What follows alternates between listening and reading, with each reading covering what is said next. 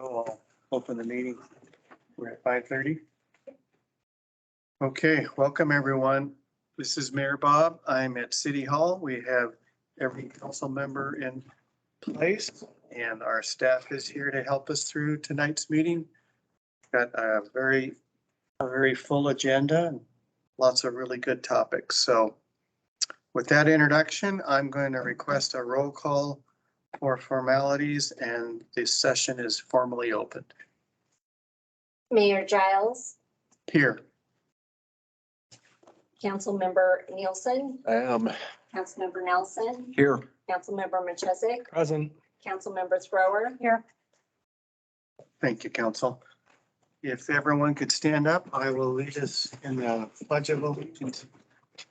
I pledge allegiance To the flag of the United States of America and to the republic for which it stands, one nation, under God, indivisible, with liberty and justice for all.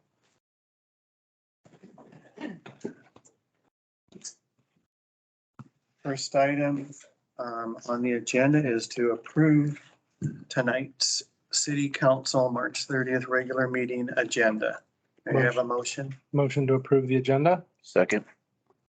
Motion has been made and seconded to approve tonight's agenda. All in favor, please say aye. Aye. Aye. Hearing no opposition, the agenda is approved. Next item is the consent agenda. Is anyone interested in removing any of the items to discuss at a later time?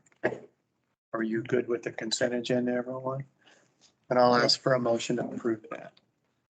Move we approve the consent agenda. Second. Motion has been made and seconded to approve tonight's consent agenda. May I have a roll call on that motion, please? Councilmember Nelson, Yes. Councilmember Machesik, Yes. Mayor Giles, Yes. Councilmember Nielsen, Yes. Councilmember Thrower. Yes. Thank you, council. That motion carries. Our next item is general public comment. As of 3 o'clock, I think we all received one written comment. Thank you, Bessie Joe, for mailing that out to all of us. Is there anyone in the audience tonight that would like to talk to us about general public comment? We have 2 hearings coming up and that will have a separate public comment on that. But is there anyone that would like to talk to us on any topic? Okay.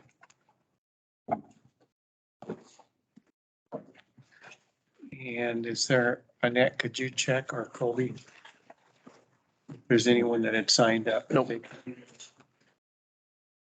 Okay.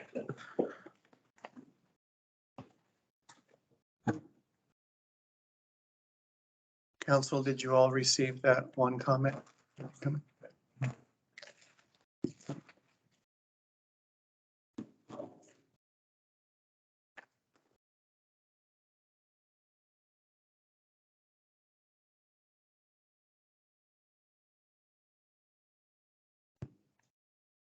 All right, well then, we're going to move on to the first of 2 public hearings tonight.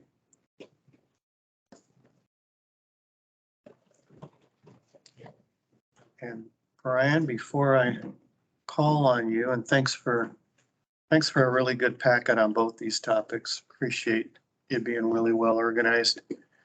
The purpose of tonight's first public hearing is to request and adopt an ordinance approving amendments to Title III of the McCall City Code. And this relates to the scenic route overlay zone and service stations or areas that pump fuel, gasoline, diesel, etc. So, Brian, would you please? Well, let me call for a motion to open the public hearing, and then I'm going to ask you to introduce the topic to us. Move we open the public hearing. Thanks, Colby. Second. Thank you, Lyle. Motion has been made and seconded to open tonight's public hearing. on the adoption of ordinance approving CA 22-03 amendments to Title III of the McCall City Code. We have a roll call vote on this motion. Councilmember Nielsen, Yes. Councilmember Nelson, Yes. Mayor Giles, Yes, Councilmember Machesik, Yes. Councilmember Thrower. Yes. thank you, council. That motion carries. So the public hearing is formally opened. And we've stated the purpose. Brian Parker is going to be presenting because in tonight's first public hearing, the city is actually considered the applicant, right? All right. Thank you, Brian. Thank you, Mayor Giles, council members. Yeah, so this application is actually a long continuation of a very previous application, Code Amendment 20-03. That you guys heard in January of 2021, including a prohibition on service stations within the scenic route overlay zone. At that hearing, you all voted to approve the code amendment without that specific section of it. Remand that part back to staff for further research and clarification, a little more refinement. And this new code amendment is the outcome of that overdue research. So yeah, we tried to be a little more tactful in how we approached it.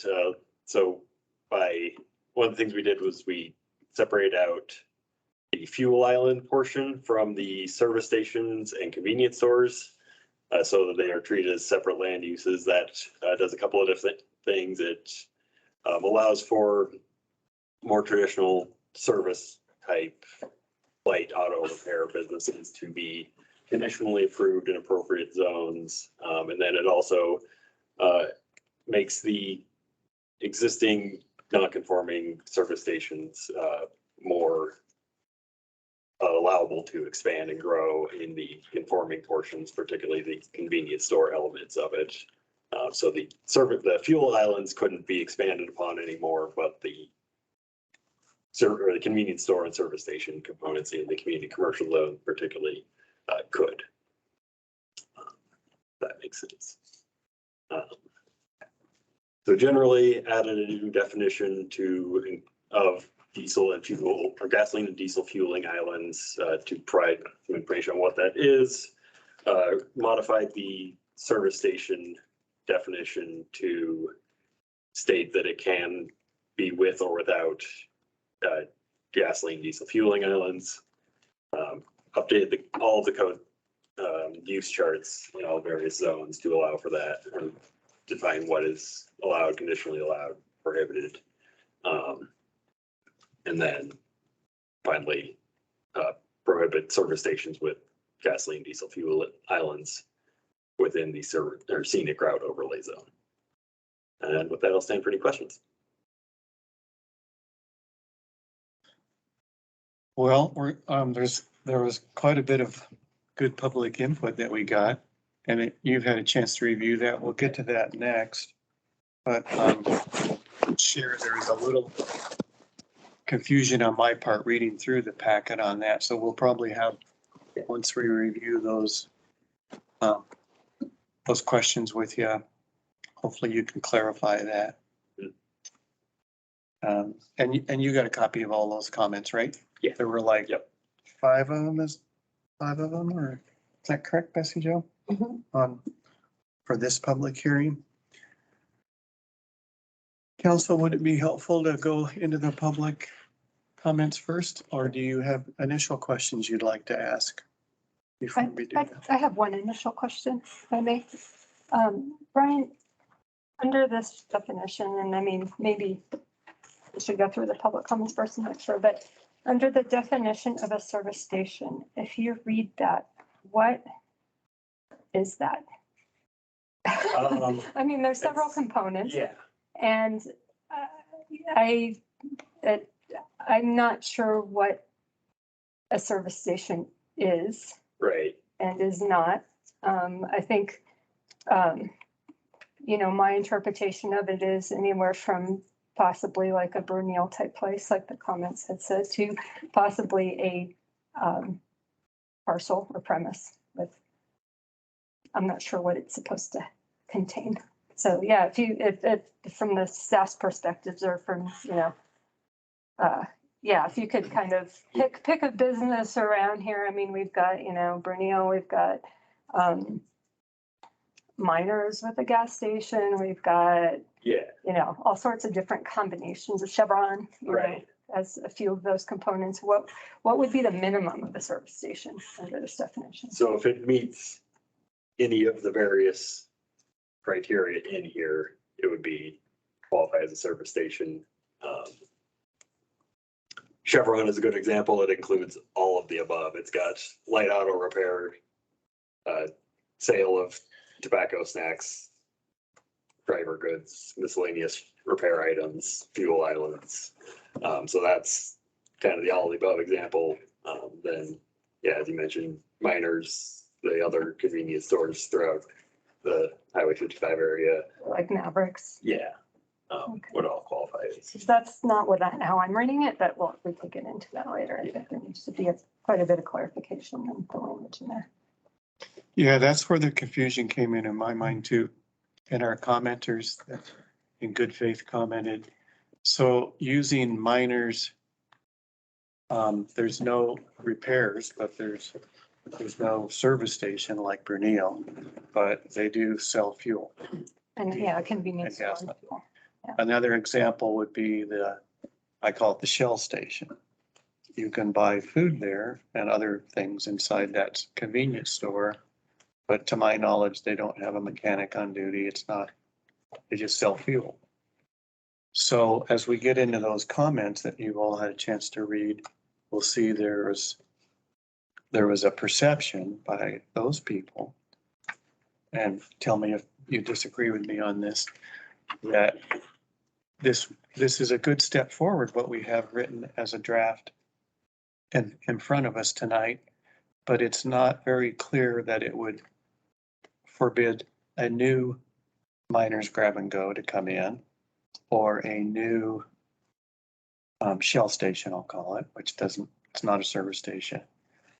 The commenters felt those would be able to do that in a new location. Right. And they felt a strong tie to some of the safety problems with it's the fuel dispensing, the fuel, whether it's diesel or gasoline or a combination, they felt that should be prohibited and suggested some language.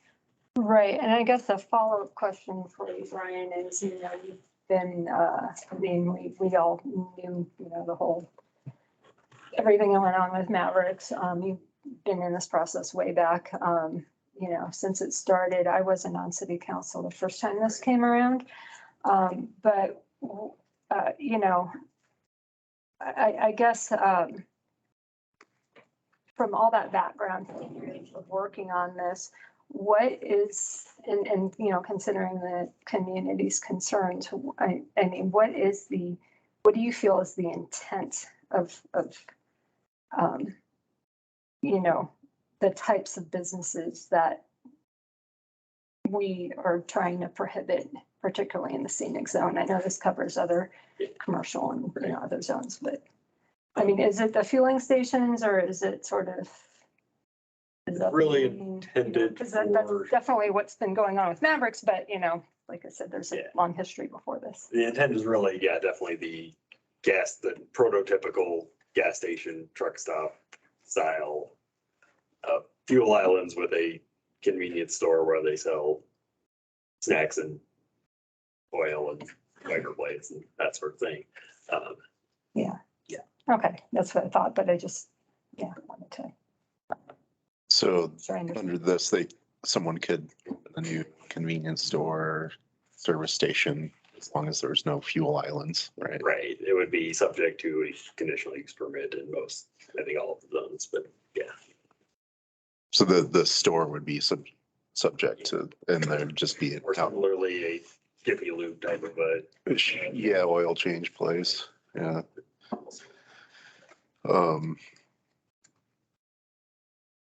But the fuel islands are the kind of the key prohibition point on those. That's what was confusing. Did anyone else, so did everyone read the comments that we received from pretty, pretty astute people in our community? They seem to disagree with that. They felt that the way this ordinance is written, prohibitions, that you could, that it didn't get at, if you had a convenience store, for example, that sold food,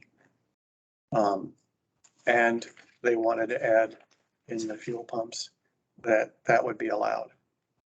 It doesn't meet the definition of a service. So I'm really glad to hear what the intent was, but we have some, I would call planning experts in our community. And they sent us letters, written comments that had a different opinion on that. They didn't feel that those things would be excluded. It would only be people like Chevron, where they have a mechanic on duty, and Renewal, those would be the two examples. If they were future ones wanting to come in, they would be excluded. But the other ones that we talked about would not. That's their opinion. So is there anyone in the room that would like to comment tonight on this? Is there anyone that signed up? No.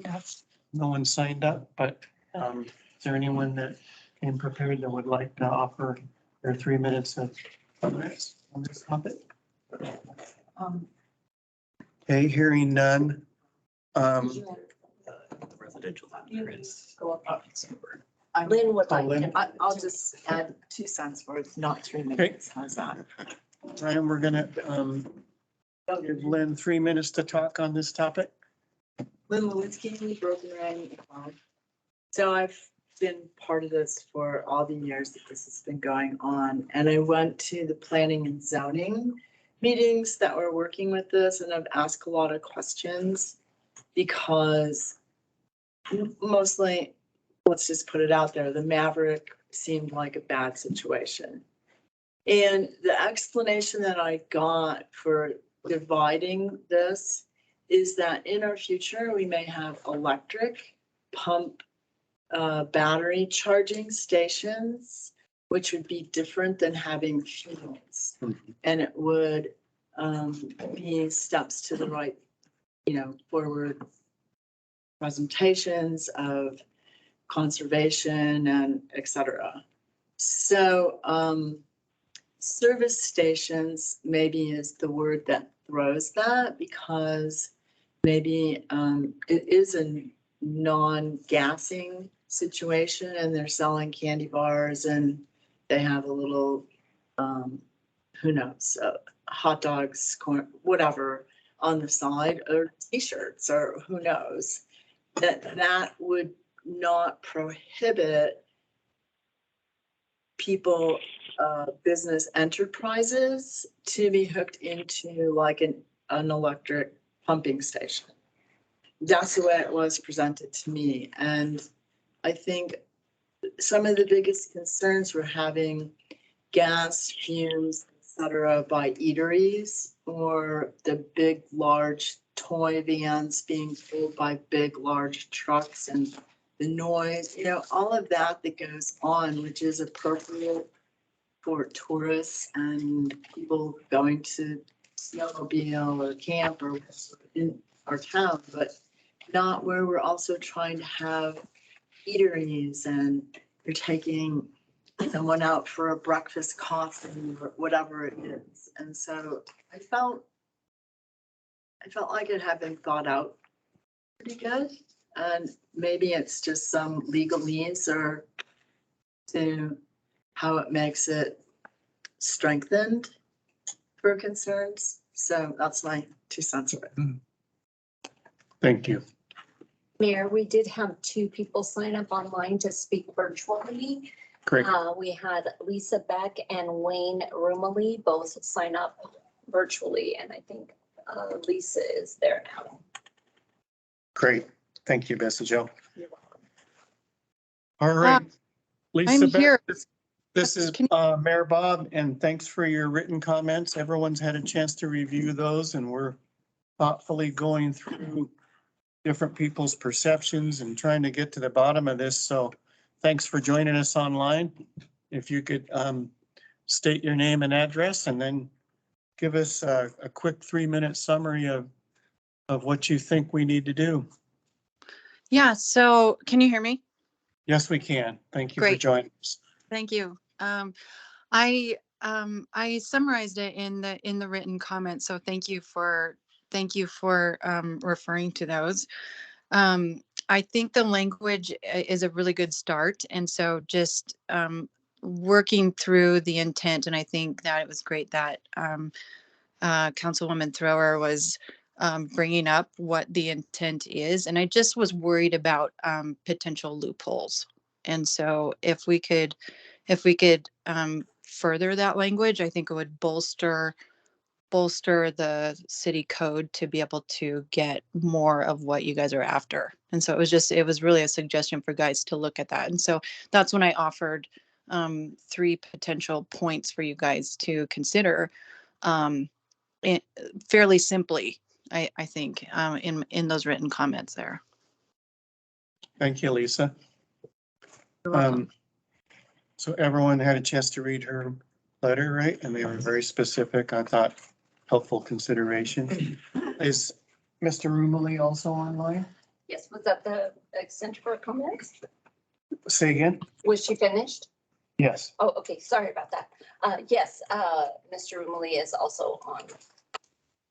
Yes, can you hear me? Wayne, we can hear you. Thanks for your written comments. If you could take 3 minutes to summarize your feelings and thoughts and suggestions, we'd appreciate hearing from you. Okay, thank you very much. Wayne Rumley, 1008 Bitterroot Drive here in McCall. And I wrote my letter and sent that in earlier today. Just more that's less the technical aspects of it and more just the description of why I'm really supporting you guys passing this. I think it's a great step in the right direction. I think if there's a way to get Lisa's very specific, 3 bullet points incorporated as well, that would be even better. So I'll just be succinct and just say thank you again for wanting to support you adopting this. Thank you. Thanks, Wayne. Okay. So my confusion, perhaps you folks are more enlightened, but my confusion is when I read through what we have in writing, it doesn't get at those points that Lisa talked about or Wayne. And it seems like our council is interested in addressing the 2 examples I would use were the Shell station. It's not a service station. It seems like it's unclear whether that would be a new one of those could come in or not. Same with the Miners Grab and Go, that little convenience store. And we just heard from 2 people that wrote letters to us that said they didn't think those were excluded. It's not clear. So I was going to ask Brian and Bill to clarify that for us. I think you heard what our intent is and what Brian's intent was. Do we need to make some changes to the existing language to get at that intent? So I guess my question would be, thank you, Mr. Mayor. Brian, if someone came in and wanted to establish something like the Shell station in the along Highway 55, that would likely be in one of the commercial zones, correct? Okay, so what would that use be on the schedule of use control?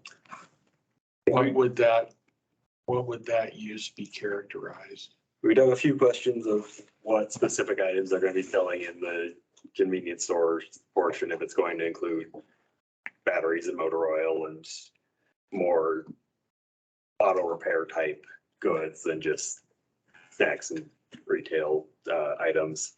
But yeah, it would either fall under service station if they are going to be selling the auto repair items with it, or a convenience store, which we do have a separate definition for in 3.202.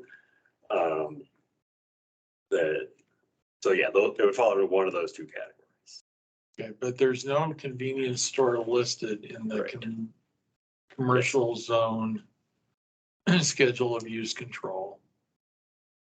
Um, I mean, that's not a use. All items that do not fall or are not listed in the use chart for the zone default to a conditional use permit. And then, Okay, so then what would happen?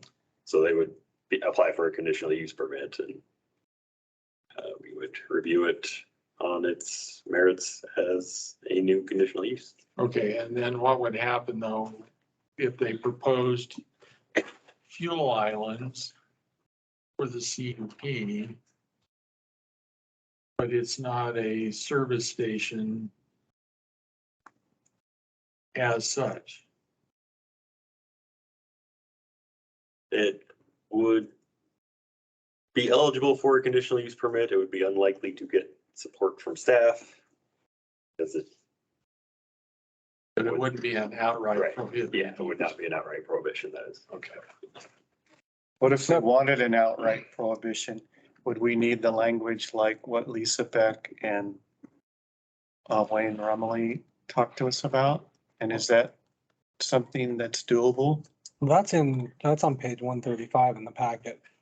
It says prohibited uses, the following uses are prohibited within the scenic route zone, service stations with gasoline or diesel fuel islands. But it doesn't prohibit a convenience store with a gasoline, under my interpretation of the service station. So it doesn't prevent Mavericks from coming in. It didn't have a service station that I know of, right? But it couldn't include fuel islands. They could, Good. oh, no, I could Service it. station definition, my reading of service station definition is like a quick loop. A Brunel that may or may not sell stuff. And may or may not have gas. yeah, and that's where the separate, like, the fuel islands are separate from that, so they could Yeah, have, but then when we go down to the tables where it says what you can and, or, can have, cannot have, or it's a conditional use, there's, in some cases, it just says service stations. In some cases, it separates out service stations with or without gas. Mhm. It doesn't deal with a convenience store with gas. Doesn't deal with gas and fueling stations separately, right? So, I mean, I would think that some clarification on this would be useful in terms of someone coming in to try and start a business down the scenic route or down these other zones, because I mean, if I was coming, I don't want to go through a, conditional use permit that Ryan right now says that staff probably isn't going to recommend approval. P&Z is probably not going to recommend approval. We are probably going to deny. I mean, if we're doing this, if we're willing to, have something where we're denying uses, I think we need to be clear about what those uses are that we. This is our chance to make it. Instead of having people go through this process that, I mean, they may not know that we're not likely to approve something like that because they're coming from Utah or whatever, and they don't have the history and the background of what's been going on in this town. Well, are you suggesting that we have a separate category for convenience store? If we have it under the commercial, it shows it, so we have that as a conditional use permit. So it's in the residential use chart. Convenience store is its own separate thing. Okay, and it's only in residential. It's not listed in any of the others, and therefore it falls to conditional use. I think the examples that we received in writing suggested that you can't have, it used like fueling station, but it was very specific. Gasoline, diesel, stuff like that. That's the trigger that cannot be located. A new business that has fueling stations, specifically diesel and gasoline, cannot be located in the scenic corridor. That's the way I read Lisa Beck's letter and Wayne's letter. And I tend to agree with them. I think that would be more clear so that we don't have people coming from out of state going, well, can I get a conditional use permit? I'd like to have a convenience store and your scenic corridor. And it's gonna be really nice. I'm gonna have 20 fuel pumps. Or maybe they're just gonna have fuel pumps and no convenience store, and it's gonna be like a little, like one of those, I don't know, Amazon started those little grocery stores where they're not manned at all, and you just have. Well, so then on page 135, the prohibited uses, following uses are prohibited in the scenic route zone, which is a lot of the nature of this. Service stations with gasoline or diesel fuel islands, then should that say, for lack of a better language, any business with gasoline or diesel fuel islands? Yeah, so one option would be to just strike service station with from that. Any- Would be, Yeah, so just gasoline or diesel fuel islands are prohibited in the scenic route zone. Does that solve it?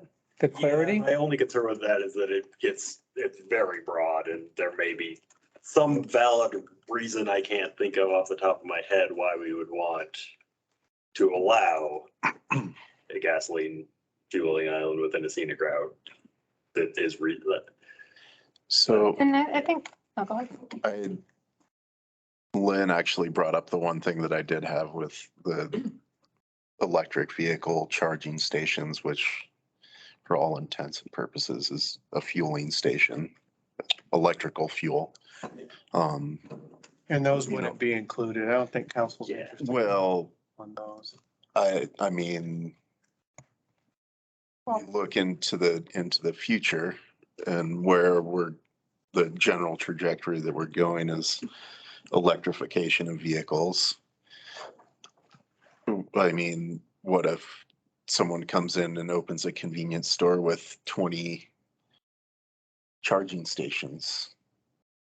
Well, my question to you is, do you want that? Some of our citizens are writing letters saying we need that. No, but I- And then maybe we need to address that, but that's a whole different issue, because I mean, we've defined, facilities intending to fueling internal combustion automobiles, gasoline and diesel Mhm. fuel. Right. So I think, as this is written, I would read it as someone coming in with a convenience store with a bunch of electric charging stations. Yeah.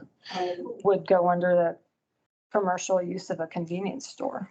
or if someone came in and had just a parking lot full of EV charging stations Well, maybe that's capable for handling our future electric semi fleet. I mean, we certainly. in which case we want to address it at some point in time. Yeah, I mean, like Because, that's, the other added point to the electric is, as it relates to code and so forth, is, for instance, right now, does somebody need to, for instance, Shore Lodge has charging stations, I believe.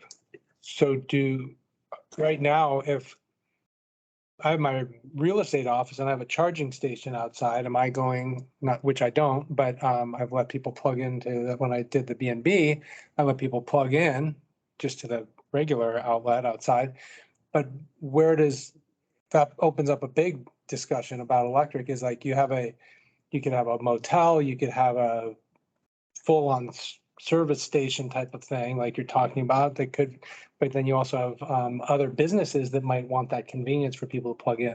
Just like when you go to the big city and they've got them at Trader Joe's or Costco or wherever. But those can be separated, I think, at one level in terms of you having a charging station that's part of your parking lot.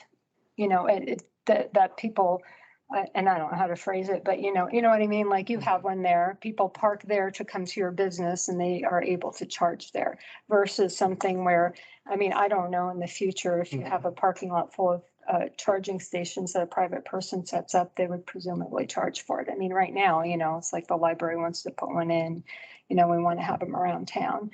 And I'm not saying that we don't need to address those, but I think those can be. Because the charging station implies that someone is there for a longer period of time. They're there for your business And- and they happen to park there, and because of the convenience of, okay, I can plug my car in, but they're not there solely to refuel their car. I guess that's the question, like Colby, on that, is like, if we're talking about refueling, like it's not feasible at this day and age that someone could bring a diesel truck in and have it refueled in 10 minutes. correct. Down the road someday, that might be the case. Say, I mean, for instance, if there was a parcel large enough somewhere, anywhere on all the scenic route, you know, especially close to the downtown core would be pretty appealing to establish an electric fueling station. Park, go shop, go out to dinner. Yeah, But at the same time, I mean, think about doing that where Mavericks was going to be, right? And just having a bunch of, a parking lot basically there. That's not really visually pleasing. Although I totally support getting EV charging stations around town, but it isn't visually pleasing. And I mean, there could be concerns about traffic.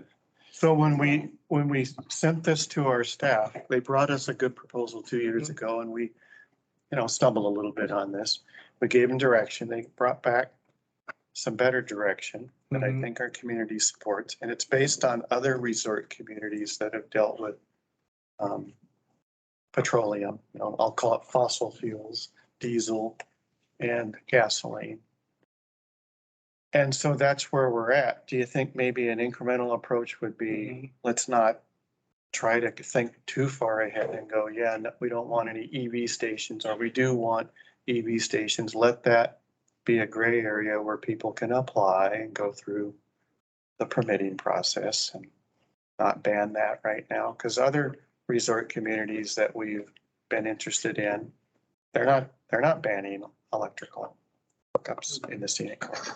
I guess the question is, and I agree, I think we should leave that bit of it for now and just deal with the gas part of it, except that, you know, if someone, I mean, trying to figure out what commercial use they would fit under and whether we would have the opportunity to actually review that. And whether it's appropriate in the location they're proposing it, depending on what it is, and, you know, whether it's a parking lot full of EV charging stations or, you know, something a little less, you know, paved or something like that. But, you know, I'm wondering if that's something that we should be thinking about and trying to preempt an application coming in. Mr. Mayor, if I can, all of these things are appropriate for you to consider, but it's not the topic that's in front of you today, which is this particular ordinance. And I think the thing that's in front of you, and the issue is whether you want to take this particular ordinance and adopt it now in its present form,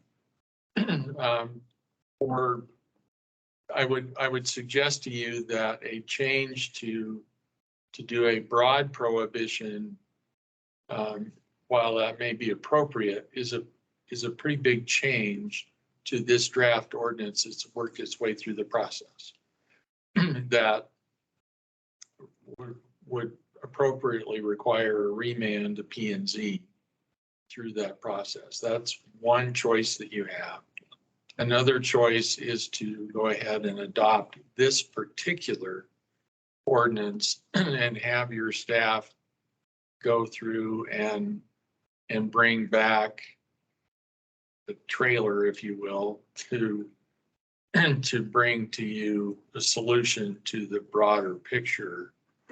Because I can see the issues that have been raised by Ms. Beck and Mr. Rumley with regard to a convenience store. What about the lease and rental supply place? What if they were to establish a fuel island?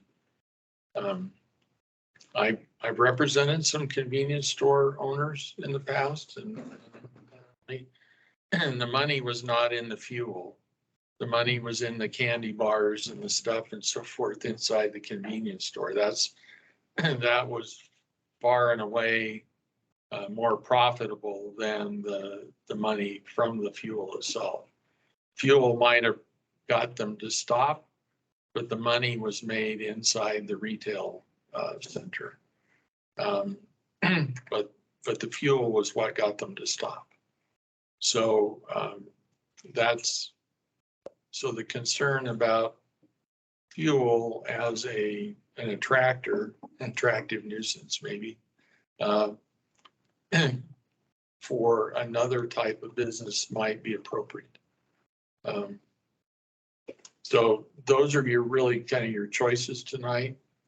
You could remand this back for additional work.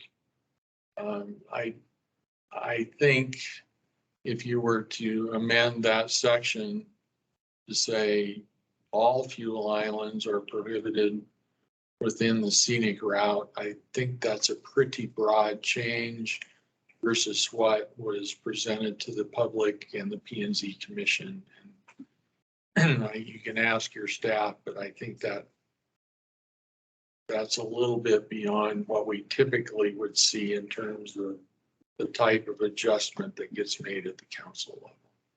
And Bill, if you're saying that we could adopt this, but then send it, not send it back, but have a trailer, as you put it, P and Z. That would be, but the intent of that would really be to leave this service station definition as is and not to adopt it. So we have something on the books, but then redo it. Like, Right. Then we bring through a new, some new definitions, some new provisions, a new ordinance Mhm. that really is more robust, but at least we've addressed the service station piece that gives your staff something, gives them some pegs to hang a hat on. If somebody does come forth with something that's more typical to what they see. Well, so if we adopt it as is, if I'm hearing you correctly, if we adopt it as is, service stations with gasoline or diesel fuel islands and the definition of service station is prohibited in the scenic route, basically from city limits right through town. So if somebody on some parcel wanted to build a very large gas station convenience store in this more or less the center of our town, that would prohibit that from happening at this point in time. And it's part of your quote legislative history if you make it clear that the kinds of things that people typically get at a typical fueling station type thing, there's windshield washer fluid, there's motor oil, there's antifreeze, there's the kinds of things that get stocked, wiper blades. You Um, can buy some of that stuff in other stores as well. But also the snow brushes, the kinds of things that folks typically buy that get stocked. And they walk in and get those things here. That has a feed your quarters into it so you can air up your tires. All of those kinds of things. It's the typical kinds of thing that you do. That you're not going to find at the corner store where you just go to buy your candy bar. I mean, it gives your staff something to use now that they can come forth with some things to address the issues. And then we could look at the broader discussion like Colby brought up of electric, Right. things like that. And we could look towards refining something that might encompass That that. whole area is evolving. How long does it take to charge an electric vehicle? And, you know, the little Chevy Volt versus the big electric semi tractor that they, you know, some of these larger, I mean, how long does it take to charge one? I have no idea. Depends. more than 5 minutes to. I have one other thing. I think I'll leave the EV thing be. But within the scenic route, my concern is that if someone wants to put a gas station in, it won't be within city limits or in the impact area. It's going to be out somewhere in between here in Lake Fork. And what does that do to, you know, that like that whole corridor there? It's gonna continue to add to the clutter that's already happening out there because it's more or less unregulated in the county. And so that's a concern for me that we're gonna, why I'm just gonna put a gas station on top of the aquifer with a big septic tank that shoots more crap into the river already. You know, like, I don't know. I'm a little concerned about the outright prohibition of gas stations or service stations within the city because, I mean, I guess if they're more than 150 feet off the road, they could do it, but Mhm. Yeah, and they can be. And we already have quite a few. Yeah. None of them are gonna go away because if the Maverick, for instance, went and moved to the new facility, the other one is leased. yeah, So what's that owner of that property gonna do if they move? They're gonna lease it to another gas station. So we already have a lot. yeah, But I mean, I think there's a lot of people in the community that would probably rather see a large one outside of city limits or outside of the impact area than within the downtown core. That seems to be something that we've heard. Fortunately, I mean, that'll just have to go through the process with the county planning and zoning and county commissioner. And whether it's financially feasible for some entity to do such a thing as well. That's a whole nother subject, but not our. I think Colby's point is really a good one. And when we prohibit this location, it means where else? When we think 20 years down the road, and there's double the amount of things, where will they locate? So but I think to our legal counsel's recommendation, that's really important to us, but it's for this purposes, we got to think what is in the ordinance. I think it gives the city the capacity to locate or prohibit the businesses. And I also think, I'd ask Brian Parker, I think the words from the two people who recommended is a clarification, and we should go through that clarification. But you're the one who knows best what clarification means. So if you think those are, I think we're ready to, we could be to move on maybe, or where we are on this. But to me is, if you think that clarification gives you a greater capacity to make decisions, then I would propose we add that clarification into the ordinance. And then is the scenic route, I'm not looking at the map, I forget offhand, does the scenic route include the impact area? If the county commissioners vote to adopt the same ordinance. So right now, this ordinance is only It's city just city limits, is limit. not impact area. There's also commercial and industrial properties on Dyton Hard on both sides of 55 and Cron Lane east of 55, which be eligible for. So see, Colby, we wouldn't be pushing it necessarily in the long run all the way out south of Idaho Water Sports. It would be just south of city limits, not the impact area. And then on this side, it goes to, city limits goes to Bear Basin Road. Yeah. Or the Brundage Lookout Road. So, but nobody's gonna build a gas station out there. Yet. It's all It seems like zone a tricky residential. one, but I guess maybe, I don't know. Prohibited either way. Just one other, for thinking about future clarifications is, and we talked about this convenience store with gas pumps. And the reason I don't think this definition covers that is because it talks about, a place that sells snacks and stuff incidental to the principal business. And so, I mean, I think when we're looking at future clarifications of this definition, we should sort of think of all these different options that there are and maybe Bill can enlighten us in how, how do we determine what is incidental to a business? I mean, is there any legal basis to consider, because it's a future business, so we don't have sales. Like, what does it mean incidental? Like if somebody came and said, well, I've got a convenience store with gas pumps, but yeah, the convenience store is incidental to this, but you're telling me that really profit wise, it's not, you know? So I don't know if there's a better way to, if we're gonna use some language like that, incidental to a principal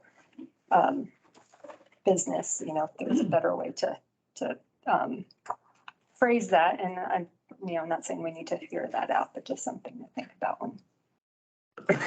Okay, I took a quick restroom break, but I think I'm catching up. So, let me look at my little guide. I think we're ready to close the public hearing. We've had robust discussion on all the comments. Brian's rebutted some of that or talked about how those comments fit in. Our legal counsel, Bill, has given us options. So I would suggest that we formally close the public hearing and then deliberate on the three options. And I'll call on you and ask you, which of those three options do you think we should make a motion on? So, I'll move to close the public hearing. okay, is there a second? Second. All right. May I have a roll call vote on that motion to close the public hearing? Councilmember Thrower, Yes. Councilmember Nelson, Yes. Councilmember Nielsen, Yes. Mayor Giles, Yes. Councilmember Manchezik, Yes. Okay, so that motion carries. I'm going to start with you, Julie. Which of the three items do you think has merit to consider for tonight? Based on listening to Brian and Bill. I think I would like to see us adopt to this ordinance so we have something with the understanding that we're going to continue to revise this, strengthen the, or at least clarify the definition and make sure that we're all comfortable and it's clear to the public that if the intent is to prohibit gasoline fueling stations on the scenic route and these other, you know, like the neighborhood commercial zones and that kind of thing, that, you know, we work on making that really clear. Yeah. Lyle? Same opinion, though I think the clarifications that's been pointed out to us might make it, if we could do it this time and get that done. I mean, approval subject to adding the clarification given to us by the two people. That's where I am. Is that a option, Bill? So, yeah, Mr. Mayor. So, Councilman Nelson explained that last part to me. When you say add the clarification, I'm, what do you mean by that and when? okay, thank you. The 3 points that Lisa Beck included in her letter.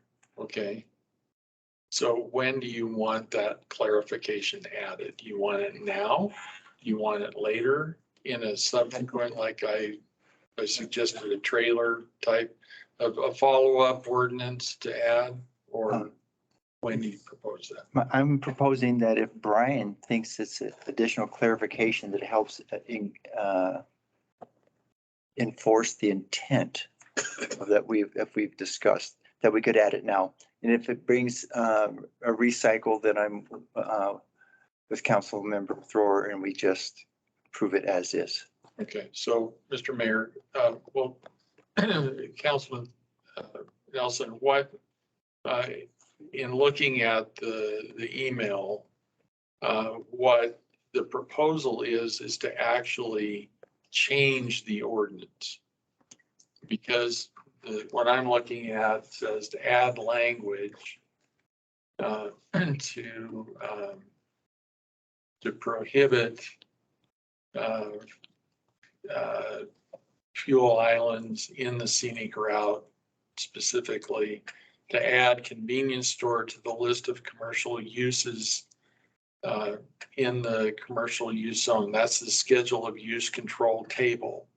So that hasn't been part of the ordinance. That's not in the ordinance now. So that's not been what's out there. It hasn't been discussed at the Planning and Zoning Commission or seen by anybody before today. Add vehicle fuel sales to the list of uses by zone. And so that's not even a defined term, you know, is it? In this code amendment. In there is a the code definition amendment, it would, of gasoline and diesel fueling islands, which I'm assuming is what the comment was trying. okay, so So again, it's something that will be added to, it's not something that's there now. Be part of our rewrite for the second go. Yeah, so I think it's something that, so in other words, you clean it up in a second ordinance or subsequent ordinance that goes through the P and Z and so forth. And then gets done. It's not something Gotcha, yeah. that we have on printed out and we write in tonight. Mhm. So that's legal, if that's where the council wants to head, ultimately, you've given us a path that's legally defensible. The procedure is correct. Goes back to planning and zoning, ask for the language to be added to a separate trailer bill, or however we define that. And then that's brought back after planning and zoning deliberates as they're hearing, and it's brought back to us. Is that correct? Yeah, so that would be a new, where additions are made to, just like this bill or this, or I have legislated hanging over. Yeah, the way this ordinance one- went through that Yeah, process. this one adds to your code, there would be another ordinance that would add to your. Yeah, then rescind what I just said and I'm in favor of approving the way it is or not. Okay. So I would go with the same thing. I think that at least at this point in time, the definition of service station does include convenience store, what it says additionally sales of cold drinks, packaged foods, tobacco, similar convenience, et cetera. I feel like we have something that's good.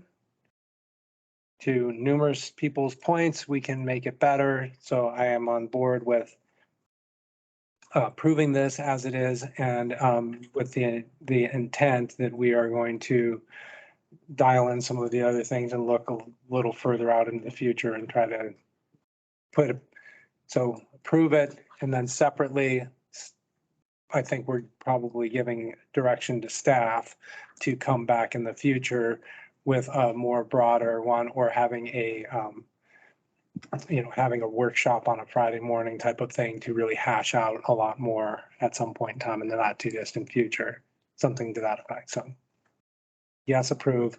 Yes, work towards the future. And that's where I'm at too. I favor that alternative.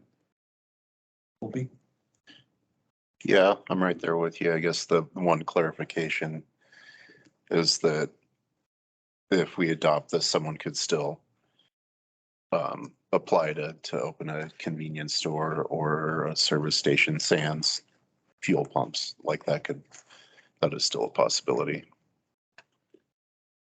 And as far as the service station, Colby, it still would need a conditional use permit. Yeah, for sure. Opportunity to review that. Yeah. Okay. So go ahead. Yeah, so no, thank you guys for answering the questions. I'm over here just kind of lobbing things at you. Oh, we're doing our I'm best. on board with everyone else. I think that it's important to get this through, and then I think it buys us some time to tighten some stuff up, and I don't see any downside to it at this point. So Bill, under the recommended action on the agenda, Bill, we held the public hearing, did a good job with that. And then it has two other items, suspend the rules, read by title only, and then adopt the ordinance. Is there anything else we would need to do tonight to make this process work with this option that you gave us? No, Mr. Mayor, I don't think so. I think staff clearly knows that there's follow-up work to be done. I mean, I don't think you need to formally direct them to do that thing. Okay, It's on their to-do list. Yes. what is the ordinance number? 1015. 1015, okay.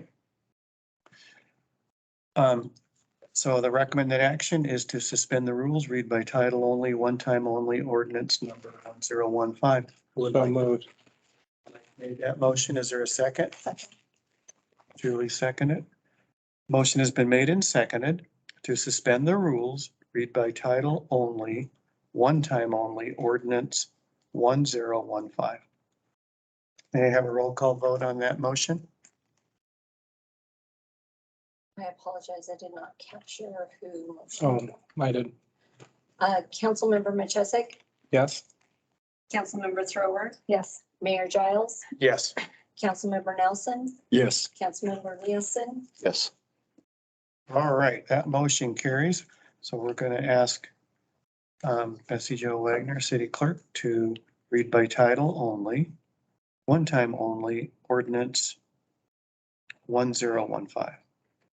Ordinance number 1015, an ordinance of the city of McCall, Valley County, Idaho, amending Title III, Chapter 2, definitions to provide definitions for amended and new terms, amending Title III, Chapter 3, residential zones and standards, modifying permitted, administratively approvable, conditional, and prohibited uses in residential zones, amending Title III, Chapter 4, commercial zones and standards, modifying permitted, administratively approvable, conditional, and prohibited uses in commercial zones, amending Title III, Chapter 5, industrial and business park zones and standards, modifying permitted, administratively approvable, conditional, and prohibited uses in industrial and business park zones, amending Title III, Chapter 6, civic, airport, and agricultural forest zones, modifying permitted, administratively approvable, conditional, and prohibited uses in civic, airport, and agricultural forest zones, amending Title III, Chapter 7, such special districts, adding a new chapter of prohibited uses within scenic route overlay zones. Thank you, Bessie Jo. So our third item on the agenda, Bill, is to adopt this ordinance.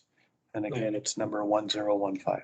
I'll make the motion to adopt ordinance 1015. Code Amendment CA 22-03 to amend Title III, approve the summary for publication and authorize the mayor to sign all necessary documents. Second. All right. Mike made the motion, Colby, the first person to second it. Motion has been made and seconded to adopt ordinance number 1015, Code Amendment CA 22-03 to amend Title III, approve the summary for publication, and authorize the mayor to sign all necessary documents. May I have a roll call vote on this motion? Councilmember Machesik? Yes. Councilmember Nielsen? Yes. Mayor Giles? Yes. Councilmember Nelson? Yes. Councilmember Thrower? Yes. Thank you, council. That motion carries. So before we exit this topic, Wayne and Lisa, thank you for joining us tonight and thank you for submitting comments. We will follow up, and I think Mike characterized it pretty well that we, we may do it in a work session. We're going to follow the process legal counsel told us to where it goes back to planning and zoning for a separate ordinance. And it's clear where we're leaning, where our direction is been to staff. So thank you for your patience, staff. Is Michelle online tonight? No, she's not. Okay. Would you please let her know the outcome of tonight and that we appreciate her patience, because I remember when she brought it to us several years ago. That we're making progress incrementally but more importantly, we're following the process, considering all public input and making better decisions that way. Bill, thank you for your guidance tonight. You're welcome. All right, we'll go on to our next public hearing. Are you expecting a rowdy group? Is that why you have the new hammer here? Yeah. A new hammer. All right. So, no, I'm not. Conditional use permit. This is agenda bill. 21-03.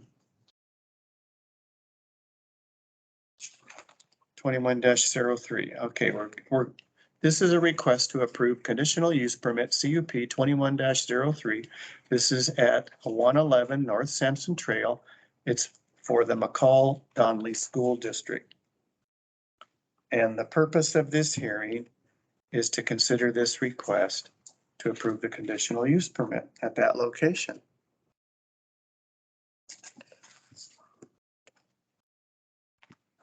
The agenda bill number is 23-066.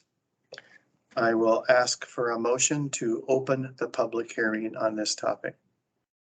I move we open the public hearing on the McCall Middle School expansion project.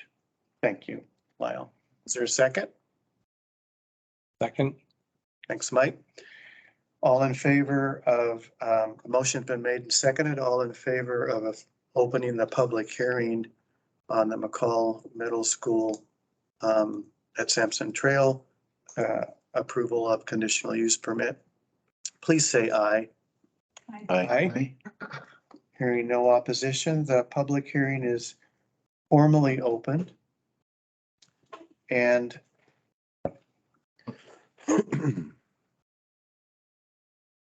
okay, I might need a little help, Brian, on this, but I'm going to ask you as staff to start with an overview of the application and then let us know who from the applicant side will be speaking to us next. All right, thank you. Yes, Mayor Giles, Brian Parker, City Planner. I also have Nathan Stewart, Public Works Director, and Aaron Baker of Horrocks Engineers, who is our traffic engineering consultant, on the line to assist me. This application is to expand the Payette Lakes Middle School by approximately 12,000 square feet to facilitate the addition of 125 students to the total capacity of the school, making it able to hold 525 students in addition to the 400 at Barbara Morgan Elementary School for a total of 975 students on the property. Upgrading the landscaping and grading the playground area to the southeast of the middle school, and then modifying the circulation plan to improve some of the queuing issues that are on site, realigning the access driveway to Barbara Morgan, expanding pickup and drop off area at Payette Lakes Middle School, redesigning the bicycle and pedestrian pathway network for a more direct connection up the hill to both schools, and then reconfiguring traffic circulation to improve queuing. So on its face, this application is fairly straightforward. The history is where things get complicated. So I'll go into that in a little bit more detail.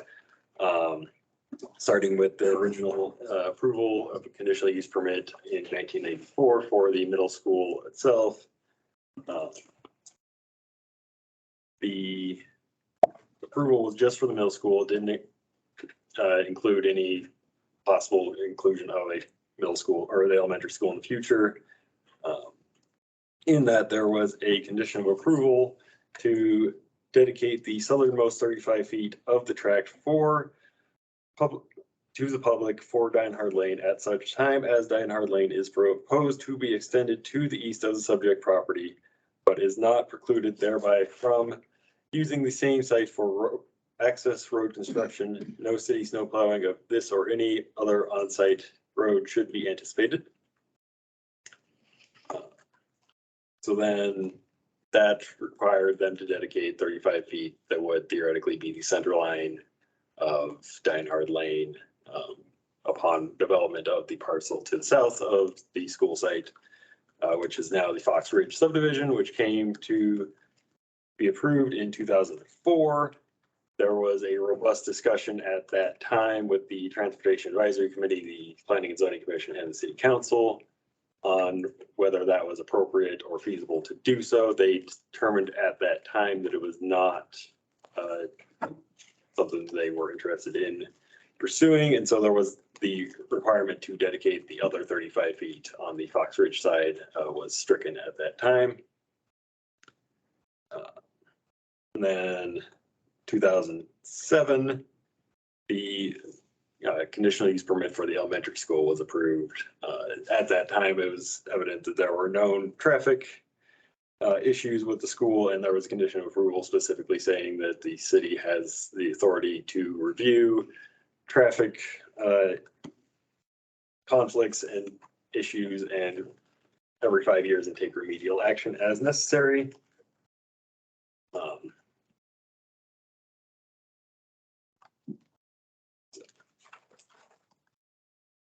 As a result of all of this, there developed a lot of issues because it has been kind of developed in a piecemeal manner. There's definitely queuing problems that are evident from vehicles backing down the private drive aisle. And then the pedestrian bicycle network is very circuitous and requires a lot of out of the way travel to reach the intended destination. So as a result of all this, staff's recommendation is to require a dedication of 70-foot easement to allow for future exploration of the feasibility and appropriateness of a roadway and pedestrian pathway system along the southern property. This has some opportunities, I think, to improve conditions at the school.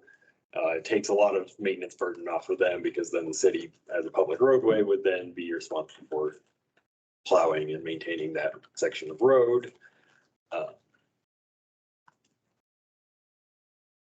It also facilitates appropriately designed future roadway system for development to the south and the east of the school site that has been designated as an area of critical concern, as a place that is anticipated to be developed in the near future in a large development. I will turn it over to Nathan to explain this all a little bit more thoroughly. Good evening, City Council. Nathan Stewart, Public Works Director and City Engineer. I have tonight also Aaron Baker from Horrocks Engineers, that he led the study that was completed by Horrocks on looking at the southeast corridor of our town on a global picture of transportation routes, anticipated growth, and future transportation facility needs. So I think we have two objectives tonight. One is to explain how this application got to this point. It's kind of a unique situation.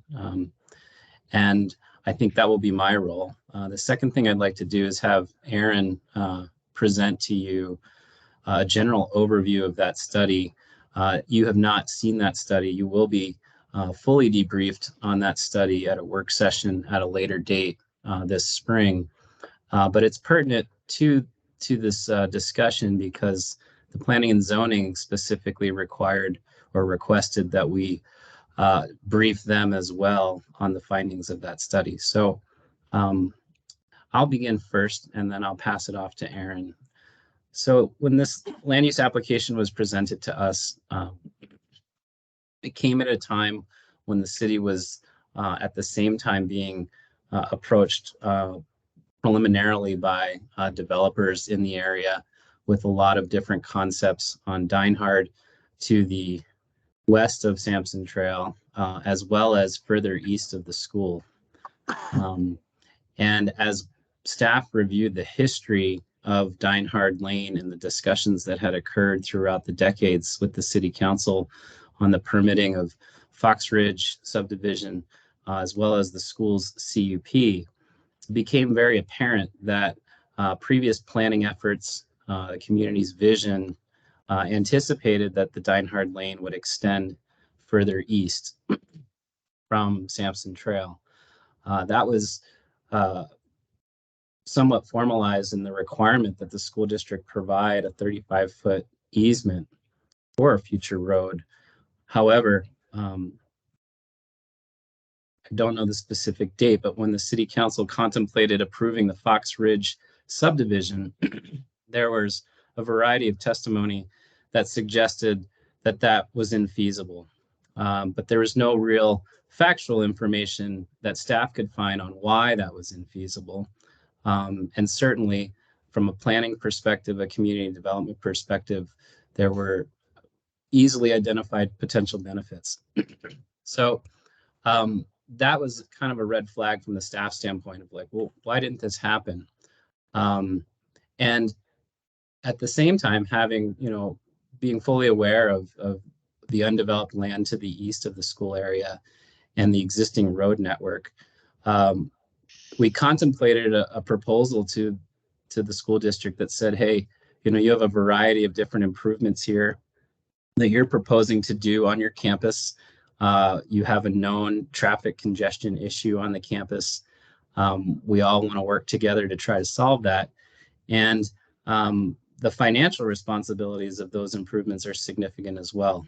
And so the idea came up that, well, why don't we try to acquire a sufficient easement that would allow for a properly constructed collector roadway that could potentially help improve vehicular access to the school campus while still mitigating traffic congestion, help improve multimodal facility construction and multimodal access, bikers and walkers to both schools, and in effect, potentially allow future development to bear the burden of those financial costs, because nobody in this application had spent the time to prove that a road could or could not be built, that a road would or would not provide these benefits.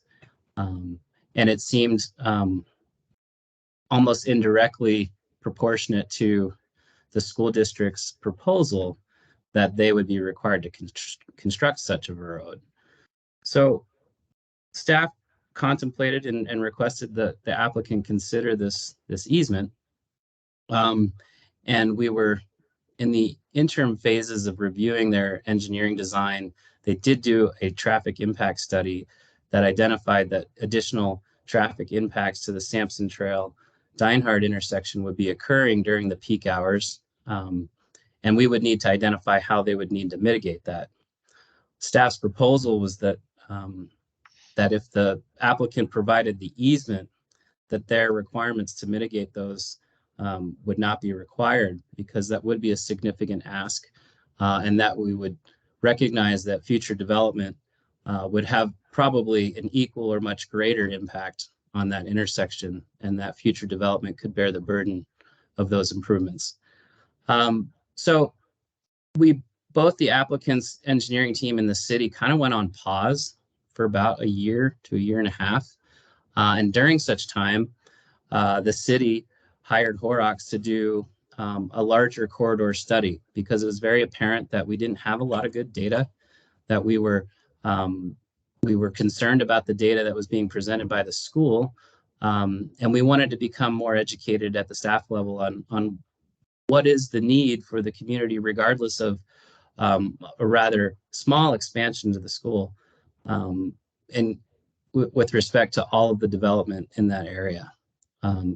And so I think this is a good time to pass it off to Aaron. And Aaron, if you're available, looks like you're on. I'd like you to kind of discuss with the council what your study was aimed at accomplishing and how this Dinehard Lane was evaluated. Okay, thank you, Nathan. Appreciate the introduction, and thank you, Mr. Mayor, and the council for the opportunity to speak with you. I'm Aaron Baker with Horrocks Engineers. Horrocks Engineers, as Nathan has just stated, has been working with Nathan and Brian and Morgan to evaluate the transportation system in this southeast section of McCall. And this is essentially in the vicinity of the school, and the school is kind of at the heart of a lot of the transportation issues that we find in this area of the city.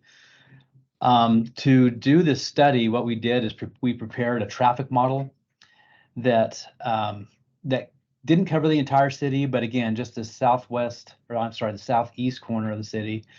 And it really had the purpose was twofold. It was really to evaluate the traffic capacity of the existing transportation system, and also to look at the future capacity of the transportation system as development is looking ahead and as the area develops. And in the model, there was kind of special attention that was given to Dinehard Lane and Sampson Trail. And I don't think it was a coincidence that Nathan asked us to kind of take a lot of attention at this because we knew the school district had this important expansion that they were planning, and also the traffic needed to be addressed at this time. And really what the model did is it helped answer the question, what is the need of Dinehard Lane if it is extended to the east? And also, what is the need of connecting other roadways to help with Sampson Trail and Dinehard Lane? And we'll have an opportunity to talk in the future to kind of explain a little bit more detail about the model and some other mitigations that can happen in the area. So we'll talk about that at a future time. But with regard to the CUP application to expand the school being in the forefront, and looking for guidance with regard to Dinehard Lane, the model looked at the school's impact on this intersection. And what we found was Dinehard Lane would help to solve some future issues. And specifically, it would improve access to the school. Right now, with the lane that's being used and the queuing that happens on that extension of, or just the driveway portion of that goes out onto the school district property is inadequate. And with expanding and having more students in this area, the Dinehard Lane extension would help to improve that access for the schools. Something else that we found that was important to know is that Dinehard, because of the type of road that it is, being a major collector, arterial type of a street, it's anticipated that this road would gather some of the future growth and future development and the expansion of the school. It was anticipated that this road would be able to accept this traffic. So as this area and the school expands and the developed area around the school were to continue to increase, we were anticipating in the model that about 50% of all that traffic that would be new traffic in that area would use Dinehard Lane. And if Dinehard wasn't there, where that traffic would go is there would be other smaller streets, local streets that this development would then connect to, such as Woodlands Drive and Sheila Lane and Stockton Drive and Fox Ridge Road. And these roads, even though you'd be spreading it out amongst all these neighborhoods, these roads really aren't intended for the type of traffic that we're expecting with this development in the residential development in the future, but also school traffic.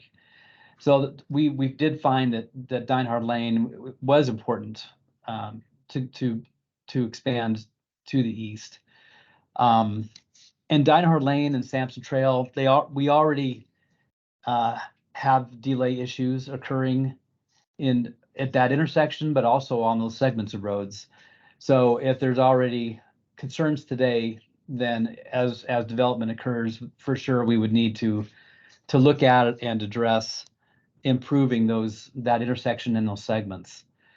And having the traffic concentrate itself more on Dinehard Lane will create more congestion at Dinehard and Sampson Trail, and that's to be expected. And so in the future, really two things need to be examined there, and that would be a future traffic signal at some point, but also geometrically, it's not in a very advantageous position. It's offset, and there's trails that are there that are kind of in the way of a future road reconfiguration. So there's quite a bit of correction that could happen there that would improve the operation of that intersection.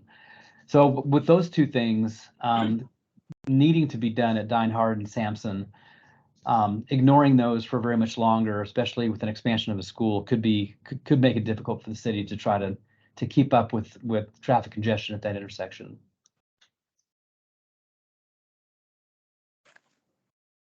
Oh, Nathan, you're on mute. This is Mayor Bob. Thanks, Mayor Bob. I'm sure you have a ton of questions. I just wanted to follow with Aaron that we did look at the intersections and certainly turn lanes that don't exist today that can separate some of the turning movements, in addition to signalization, were things that seemed necessary and essential to any future road that would be constructed there. Secondly, the idea that we want to make sure that we're building for the future, that we recognize and understand that McCall is going to grow, and without having the opportunity to extend Dinehard Lane to the east of the school property, compromises the benefits and the opportunities that it would provide. There would be additional cost to the existing communities, and also interesting burdens on future development, because they would be having to balance not having that option. And one of the things that's important to recognize too is that traffic volumes are relative. So there were a lot of comments and concerns that we'd be creating this massive street that goes right up against the school, and that's a bad thing.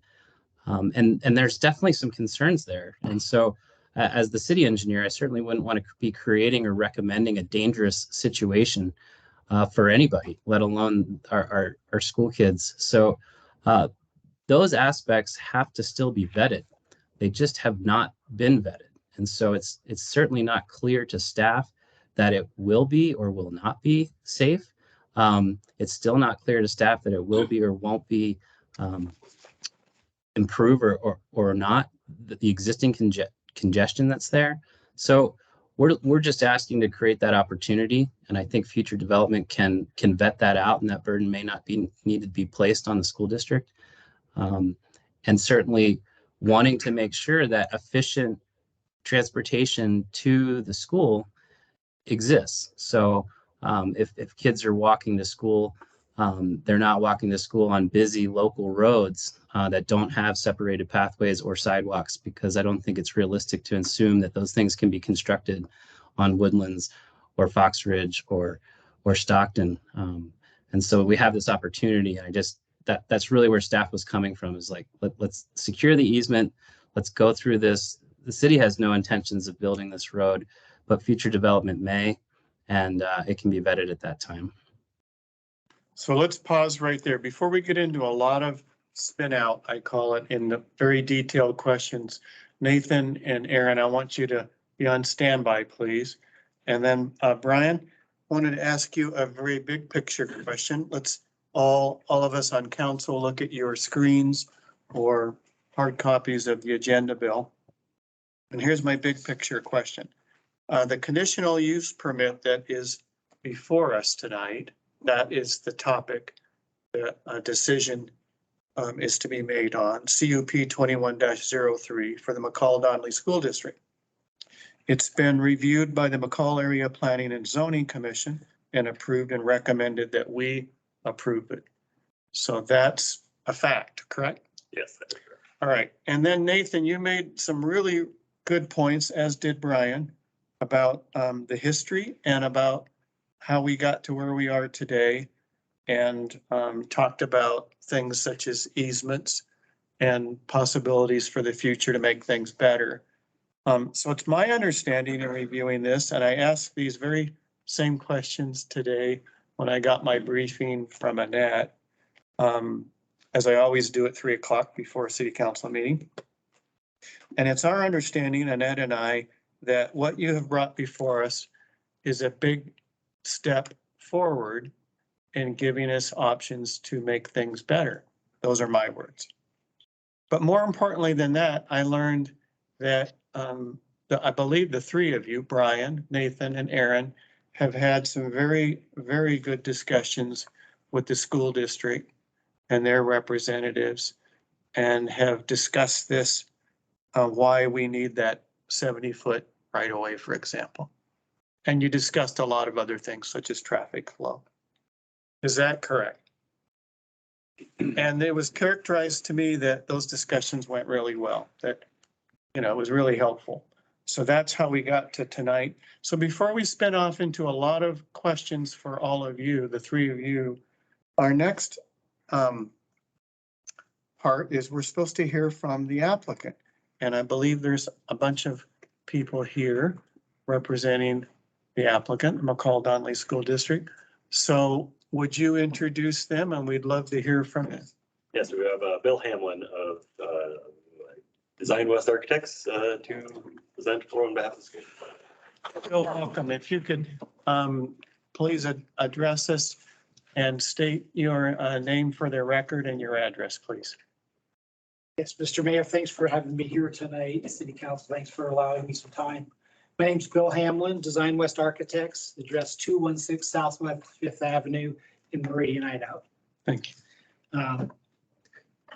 So I wanted to start off by basically saying we have several people here tonight to talk to you.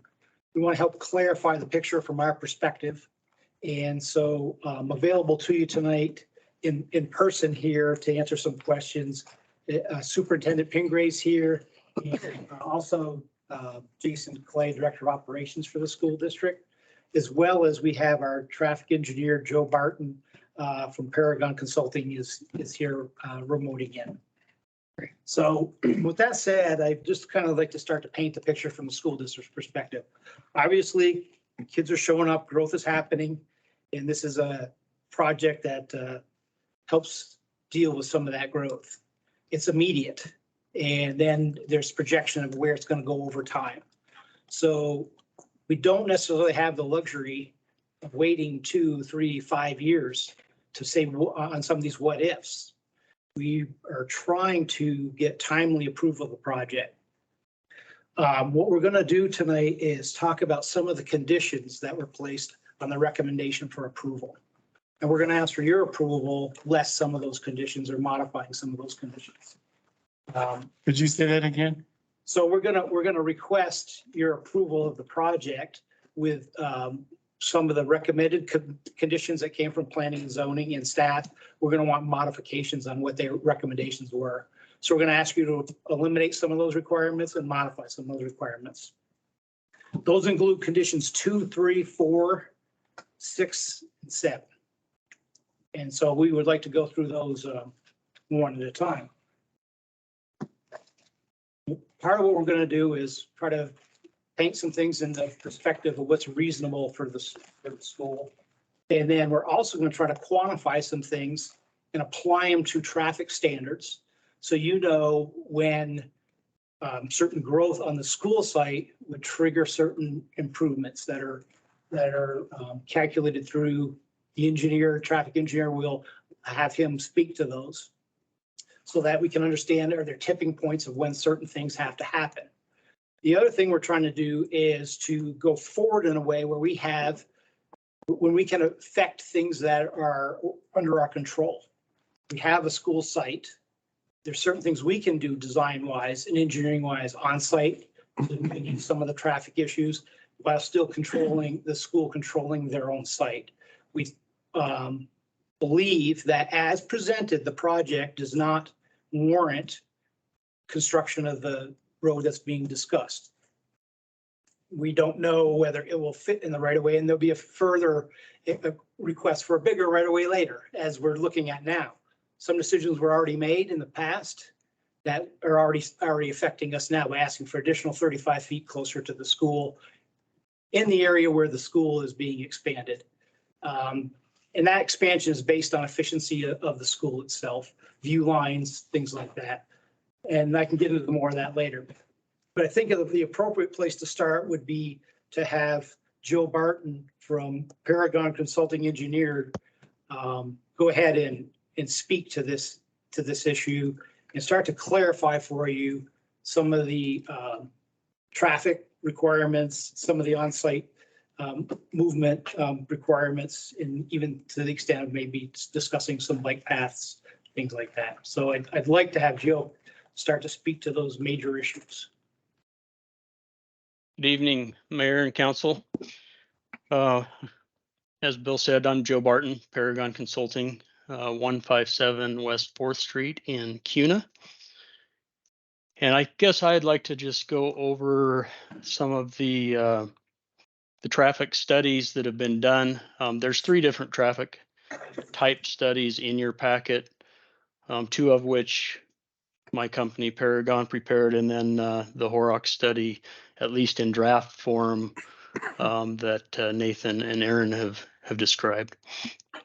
And I'd like to start kind of at the beginning. Our first traffic related study, if you want to call it that, was actually done before the school district had a bond, before the school district had at least started down the path of expanding the middle school. And it was done in 2019. It's called traffic flow analysis. And the school district came to us recognizing queuing issues at the school, and said, you know, what can we do internal to our campus that might help these situations, understanding that queuing on campus is probably still going to be happening, but working towards options that will keep that queuing on campus and not spilling onto the public roadway system. Obviously, traffic is using the public roadway system to get there, but we would like them to get on campus before that queuing and that backup impacts the public side. So that, like I said, that was done in 2019.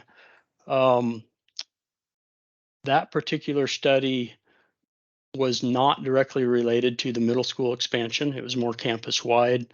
It had some ideas and concepts up near the elementary school as well. But it was independent and ahead of the current application.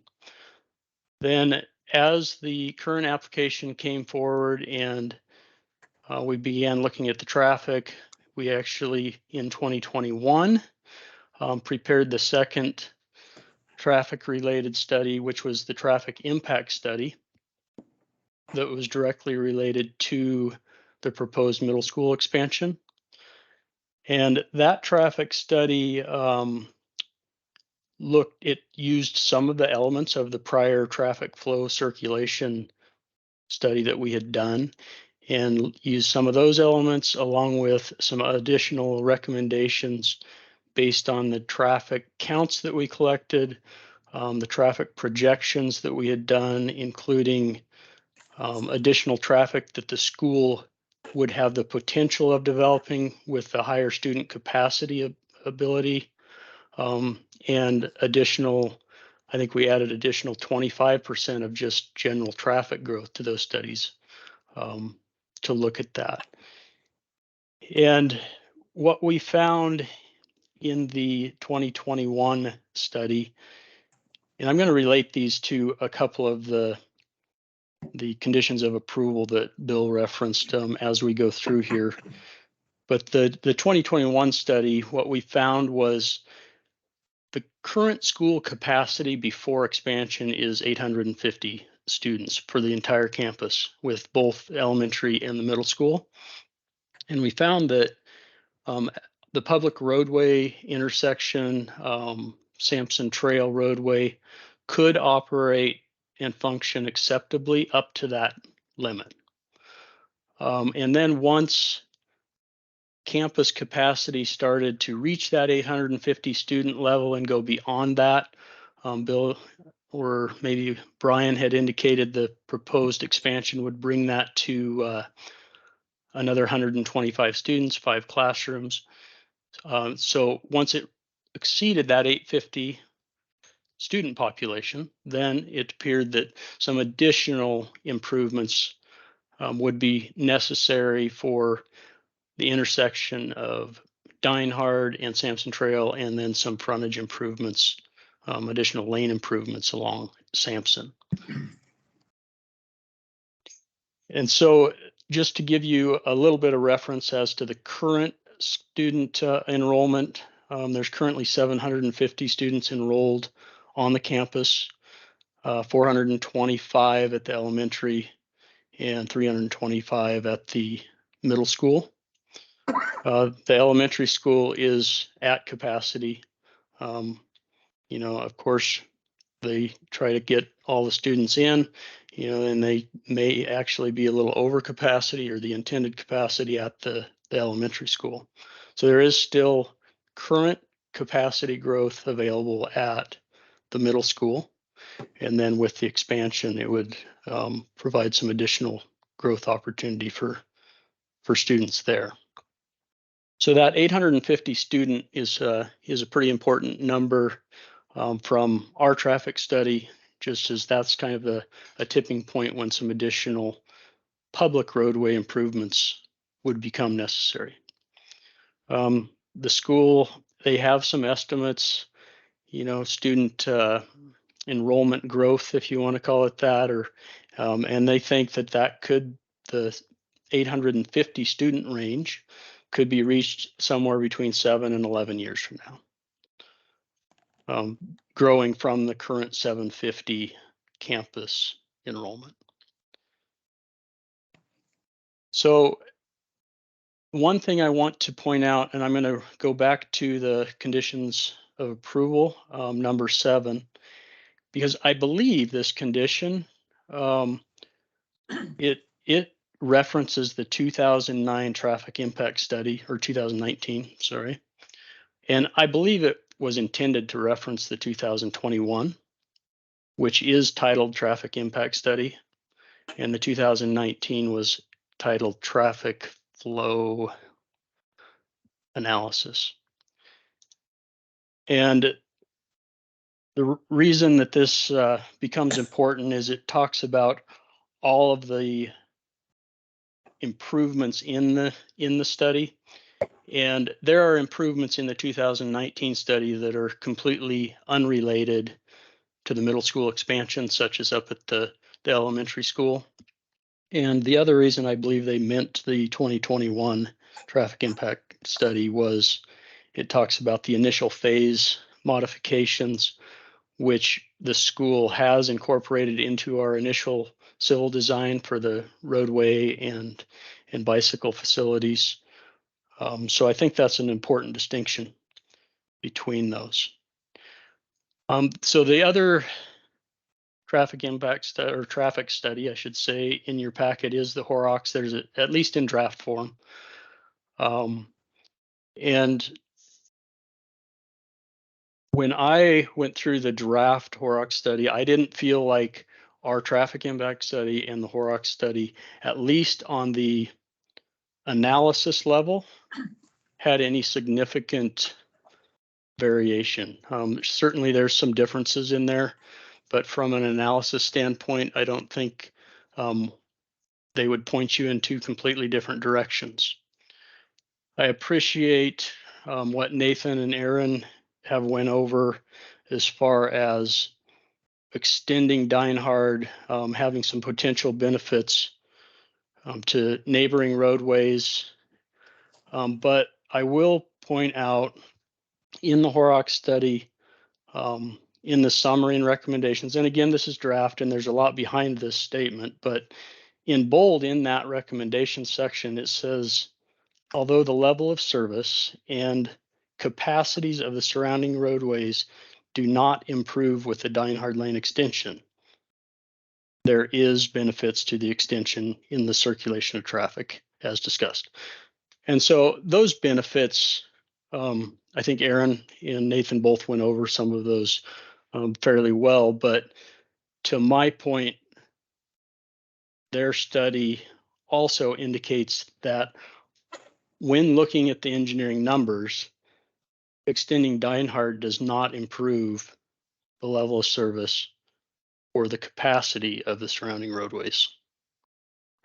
And I will put a caveat on that because I know Aaron will come back and explain this, but part of the ability to make that statement is they had some other extenuating roadway connections and other stuff in their model to help that scenario. So I guess that leads me back to condition 2, which is the 70-foot wide easement. So our study did not consider any roadway through the school property. And we don't feel like that our study results are in significant conflict with what the city's consultant has come up with. And then when we compare items 2 and 7.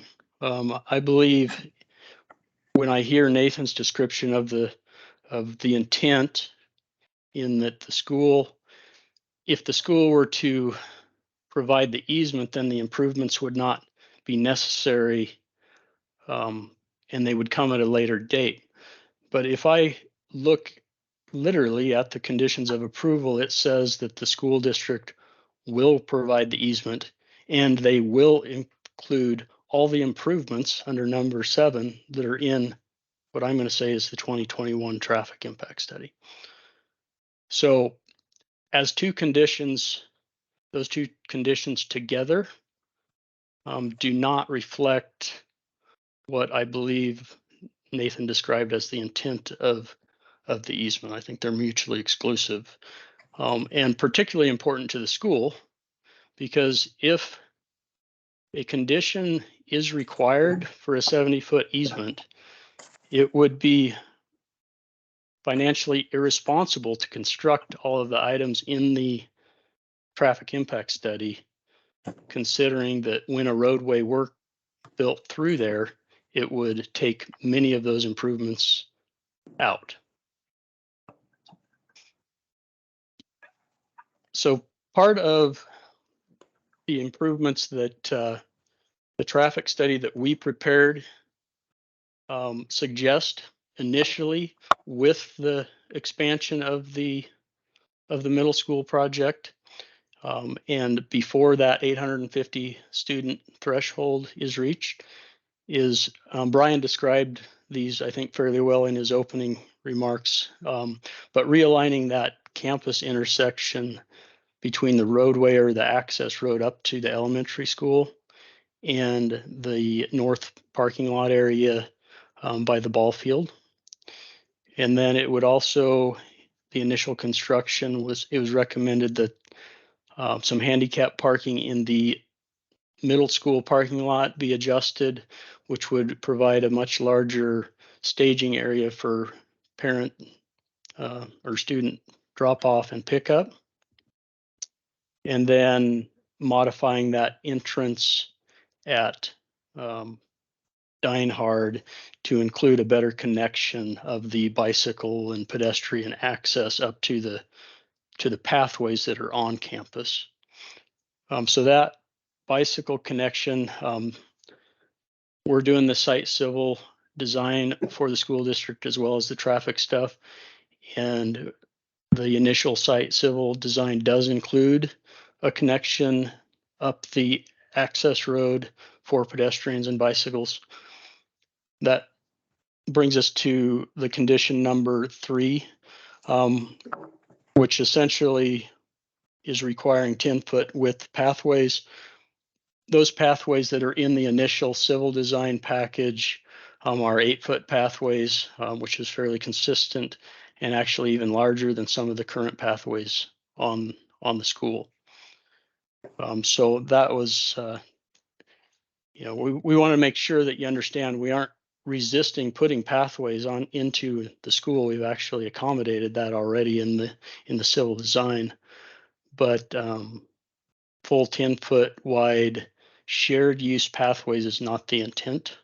The intent from the school district side is to not have a through pathway on the school property, with the exception of the trail that's in front of the school property, but rather the pathways coming into the school are strictly for the intent of school access.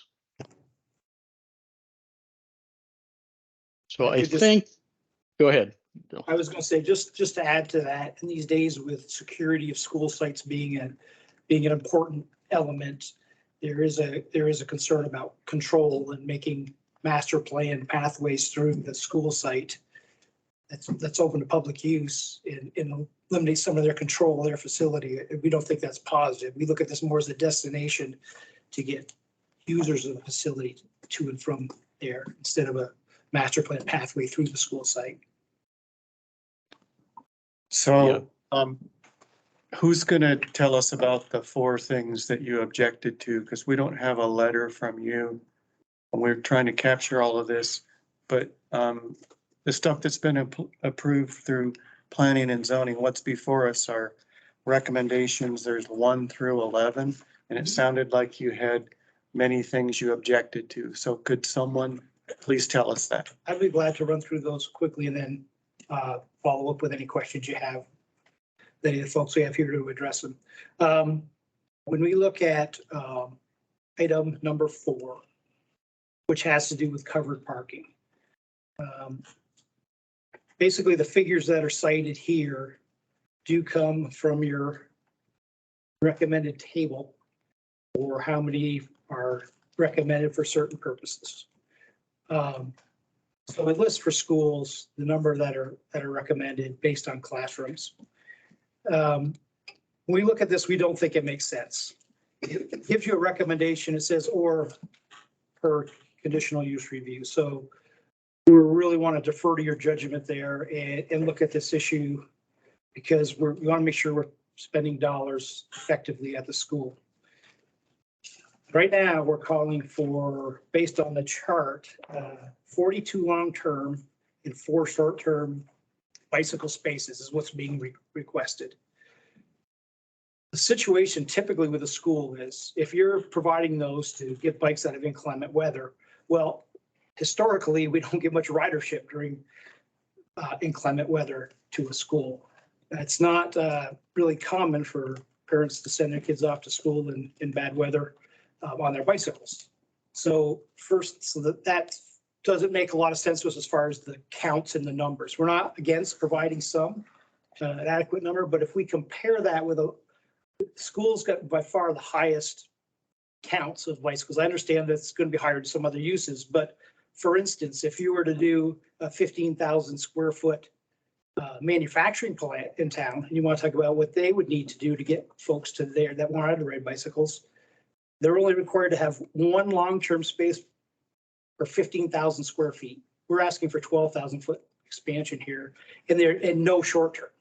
So in some of these cases, there's great disparities between the numbers that are being required. And frankly, the numbers that we're seeing for the school don't seem to align with what historic bike ridership is. And that's even with the school is actually encouraging bike riding through several events that they do. And Superintendent Pingree could talk about those things they're doing, but we're not seeing anything close to those levels. We're just concerned about building major long-term storage for bicycles, long-term spaces at that rate of 42 and then 4 short-term. We think there's some level that would be closer to, whatever you believe is reasonable, but something in the quarter of that, in that range. So anyway, we wanted that's one we object to. We don't think it makes sense. And it doesn't seem to be consistent with what else we see around the city for other amenities that people would ride bicycles to. So that number count seems extremely high to us. So that's one we object to. We do appreciate the city staff talking to us about conditions of the existing parking lot and how that compares to some of the requirements of today. What we want to point out is that parking lot is different than a lot of scenic route facilities. It's elevated, it's obstructed from Sampson Trail. So if the goal is to mitigate the visual impact of that parking lot from Sampson Trail, we don't see where it is a visual impact of how it's screened out, the elevation, and the distance off the road. There's many, many examples in town of properties on the scenic route where where the parking is very prevalent and not screened nearly as well as it currently exists at the school. Further, as part of the city staff saying, yeah, it does make sense not to require the islands for, snow removal, those kinds of things. It's a parking lot that works for being able to maintain it. So we're looking at this as if it ain't broke, don't fix it kind of a situation. It's working well. They're able to maintain it. where they're suggesting we put plantings is in the vicinity where a lot of snow storage goes right now. So they're asking for quite a few plantings that we would think will be hard to maintain and really don't benefit the intended cause of screening from Sampson Trail. So it looks like a requirement to mitigate an impact that really doesn't exist in a significant way. So that's item 6, That, that you yeah. object to that. Okay, Yes. what else? I did just want to point out, we've already spoke about 7. One Yeah, thing I want, okay, go Bill, ahead, Joe. let me just retouch on 2, 3, and 7, just so they get it in an order without me speaking engineering gibberish about traffic. So item 2 is one of those items that the district strongly objects to, with the 70-foot wide easement. They don't see it as necessary and or beneficial to access to the school. And I know it's been alluded that that would improve access to the school, but that's never been vetted by either the city or the school district. And the school district already has a plan in place, for their access. So that's a fairly strong objectable item for the school district. Item 3 is the next one. And the request there would be that the 10-foot width requirement be reduced to 8 feet, because these are internal school district access pathways and not a public trail system pathway. Sorry, I'm trying to turn that off. And then the last one was condition 7. And I'm not, if this is intended to be the 2021 traffic study in this statement, I don't think the school district has objections necessarily directly to this condition, because that's what they've already planned on doing. They're implementing what was in that 2021 study.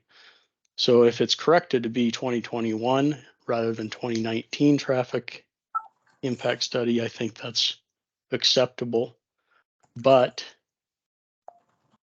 if the condition 2 is held fast, then condition 7 makes no sense for the school district, because those improvements that would be required under condition 7 would eventually be destroyed by a roadway going through in the 70-foot easement. And then just one last related comment on item 9. We're not necessarily objecting to it if the approval is given less those conditions that we just discussed, but should that not happen, on number 9, we have 1 year to get the building permit from when the approval happens. And if we do not have control over our own site and our own design, based on another future road that may or may not happen, how do we comply with that? So that's also a concern there, because time is an issue.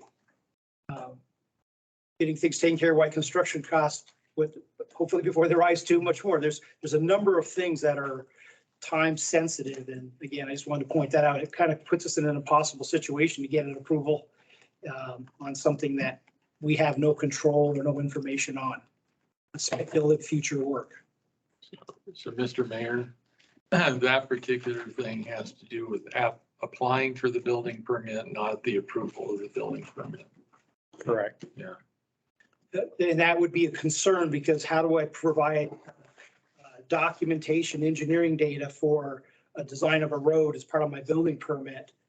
So that I'll be able to gain occupancy at the time the work's constructed, if I don't know what the parameters are we're trying to design to.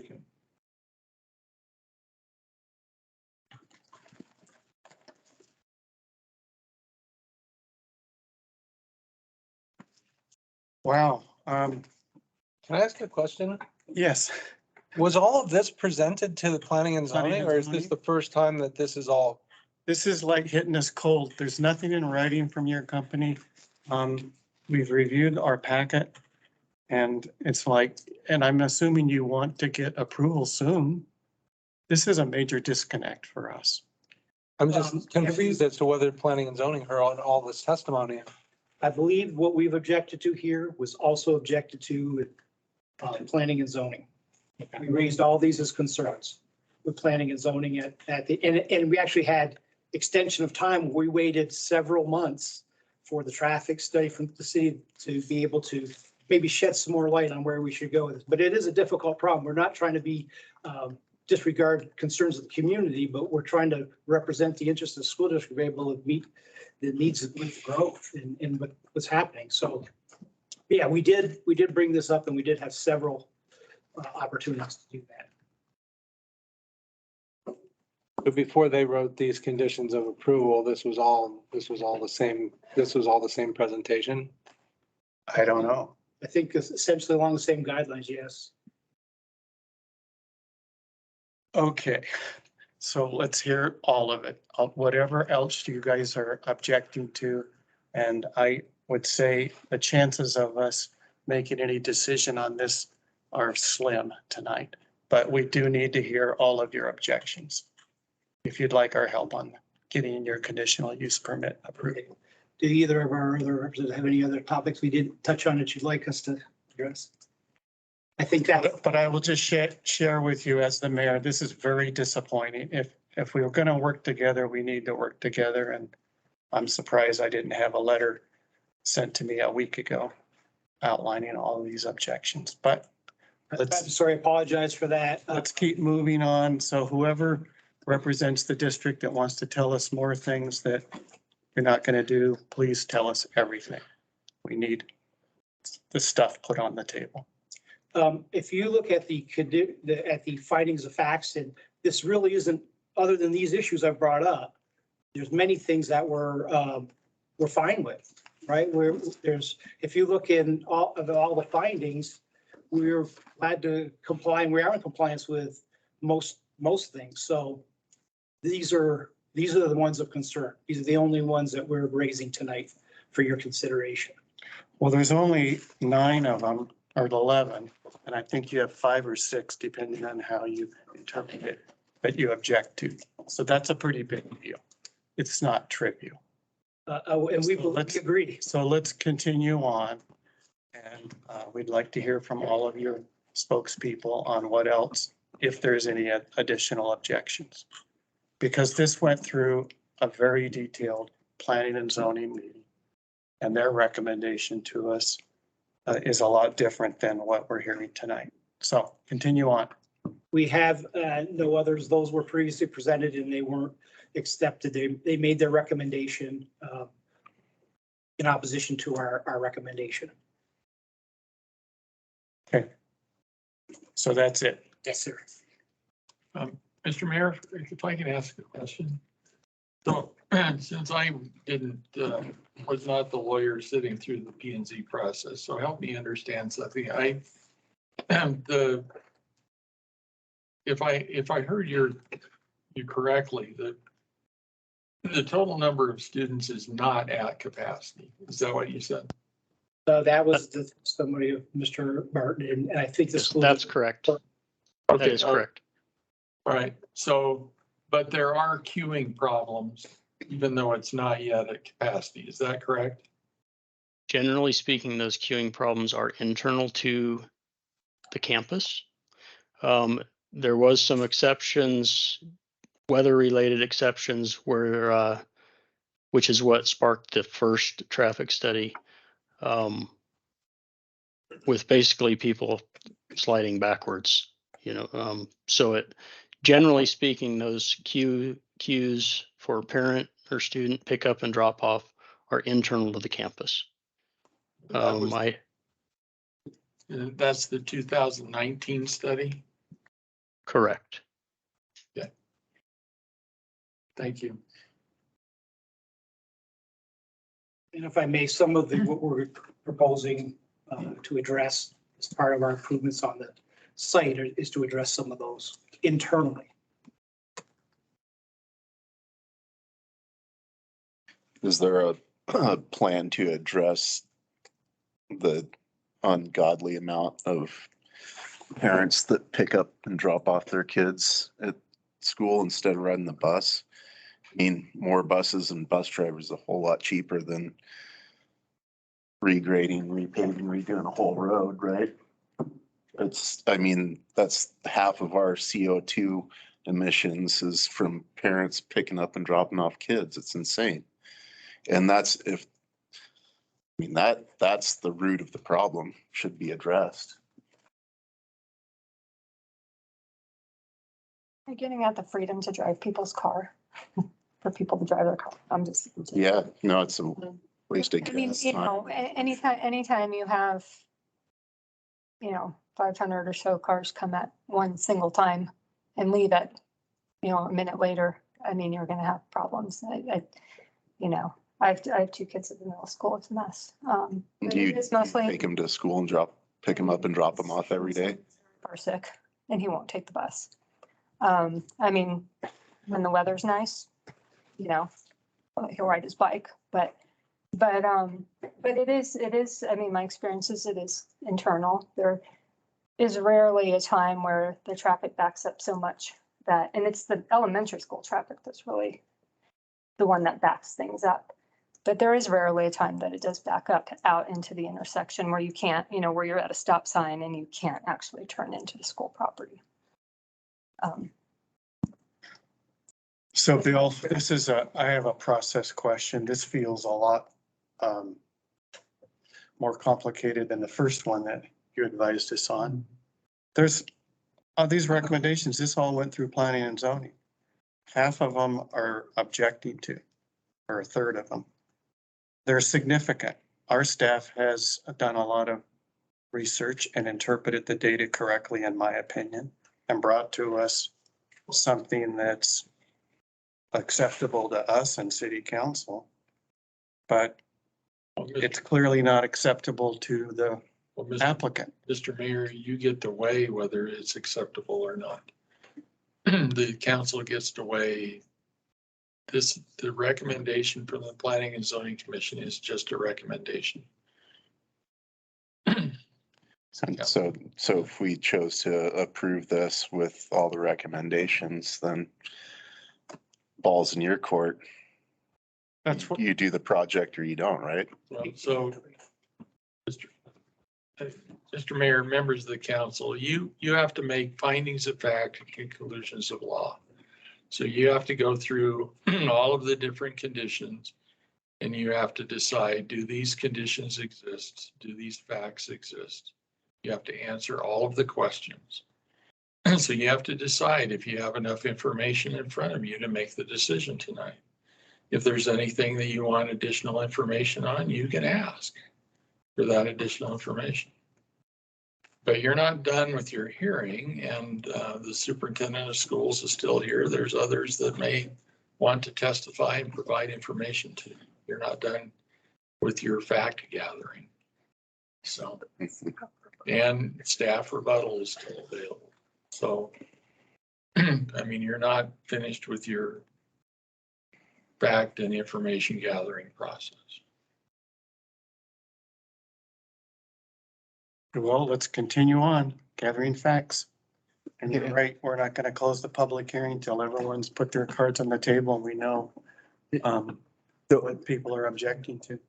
So I have some questions and I didn't think there is some, as the mayor alluded to, that we may not be able to get all the information tonight. If we have to have a special session to vet this out, then that may be necessary. So one of mine is to legal counsel too.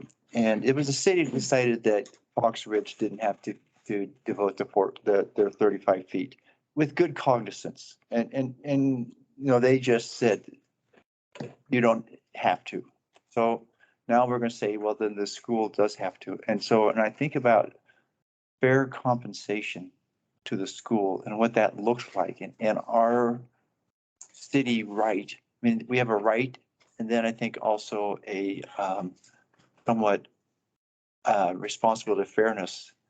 But so we can just tell them that they have to provide the 70.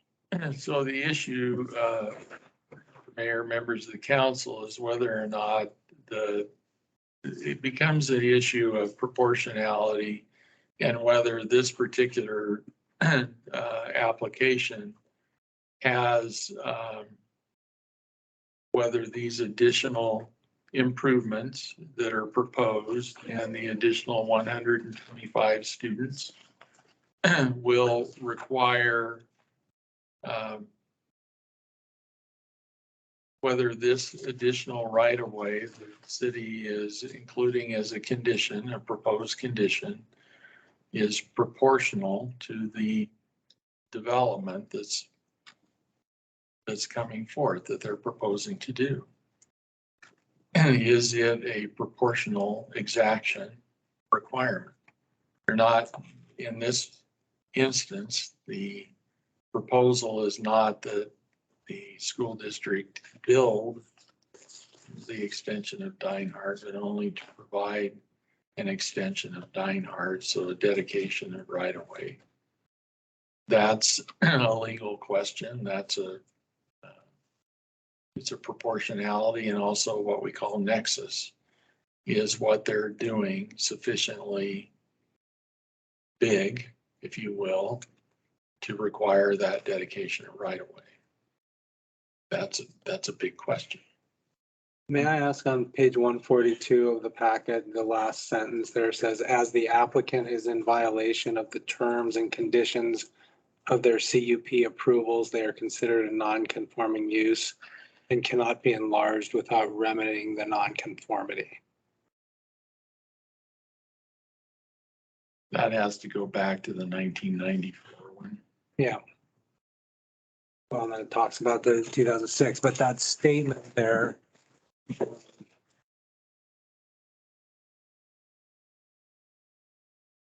How are we weighing that statement in this process?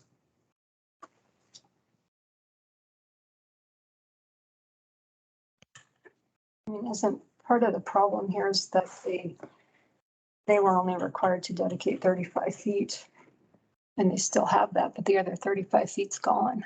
And that was Fox Ridge development. So, are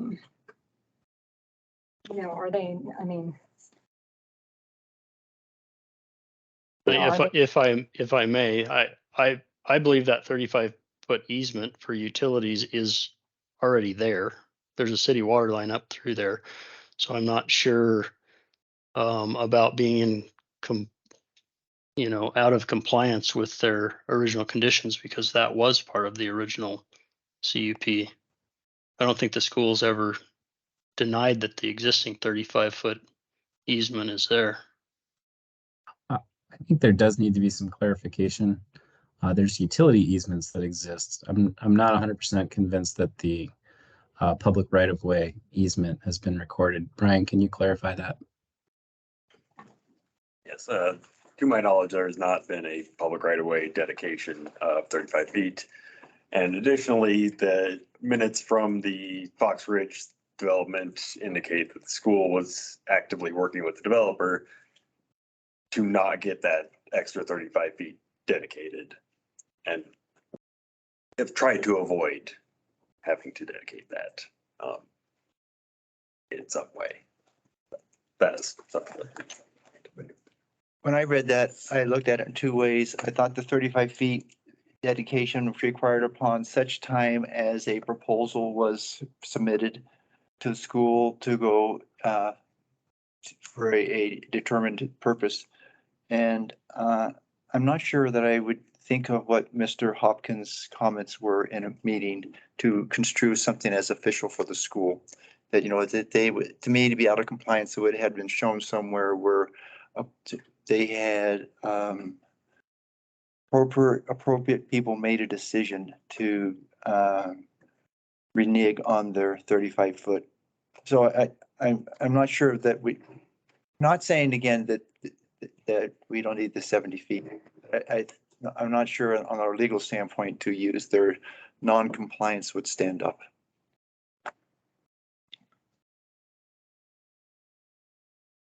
So Bill, that statement there, are we leaving that out of our considerations? I'm not, I don't know that it's been fully vetted. Okay. That's the bottom of page 142. Okay, so, Nathan, maybe you should, you've heard the, official position of the applicant on things that they object to. Is there anything you would like to rebut or discuss in front of council?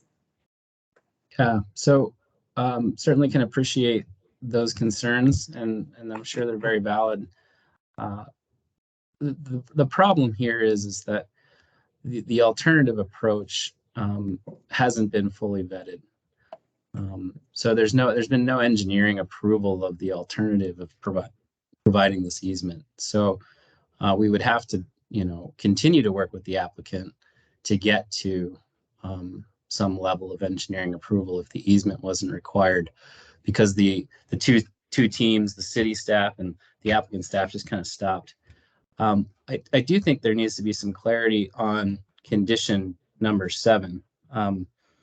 The way it's written, and I appreciate what Joe's saying. I don't think the intent was for the 2019 traffic impact study to be identified there. The 2021 traffic impact study is much more informative and much more specific about what they intend to do, even though that study has still not been approved because we're still debating some of the traffic numbers that they're using, as well as what the required mitigations would be along Sampson Trail or the intersection. But to clarify on condition number 7, the intent wasn't that they would build a bunch of things that wouldn't help the school. It specifically states anything that would be within the area of the future roadway would not be required to be constructed, but that the other internal on-campus improvements would be. And so I think that probably could be better articulated if we had opportunity to work with the project team and clarify specifically what those are. But because we haven't had that back and forth, I think staff was trying to combine recommendations that were in the spirit of what was expected, and not to assume that the school would be committing any additional costs to their campus that the future roadway might mitigate.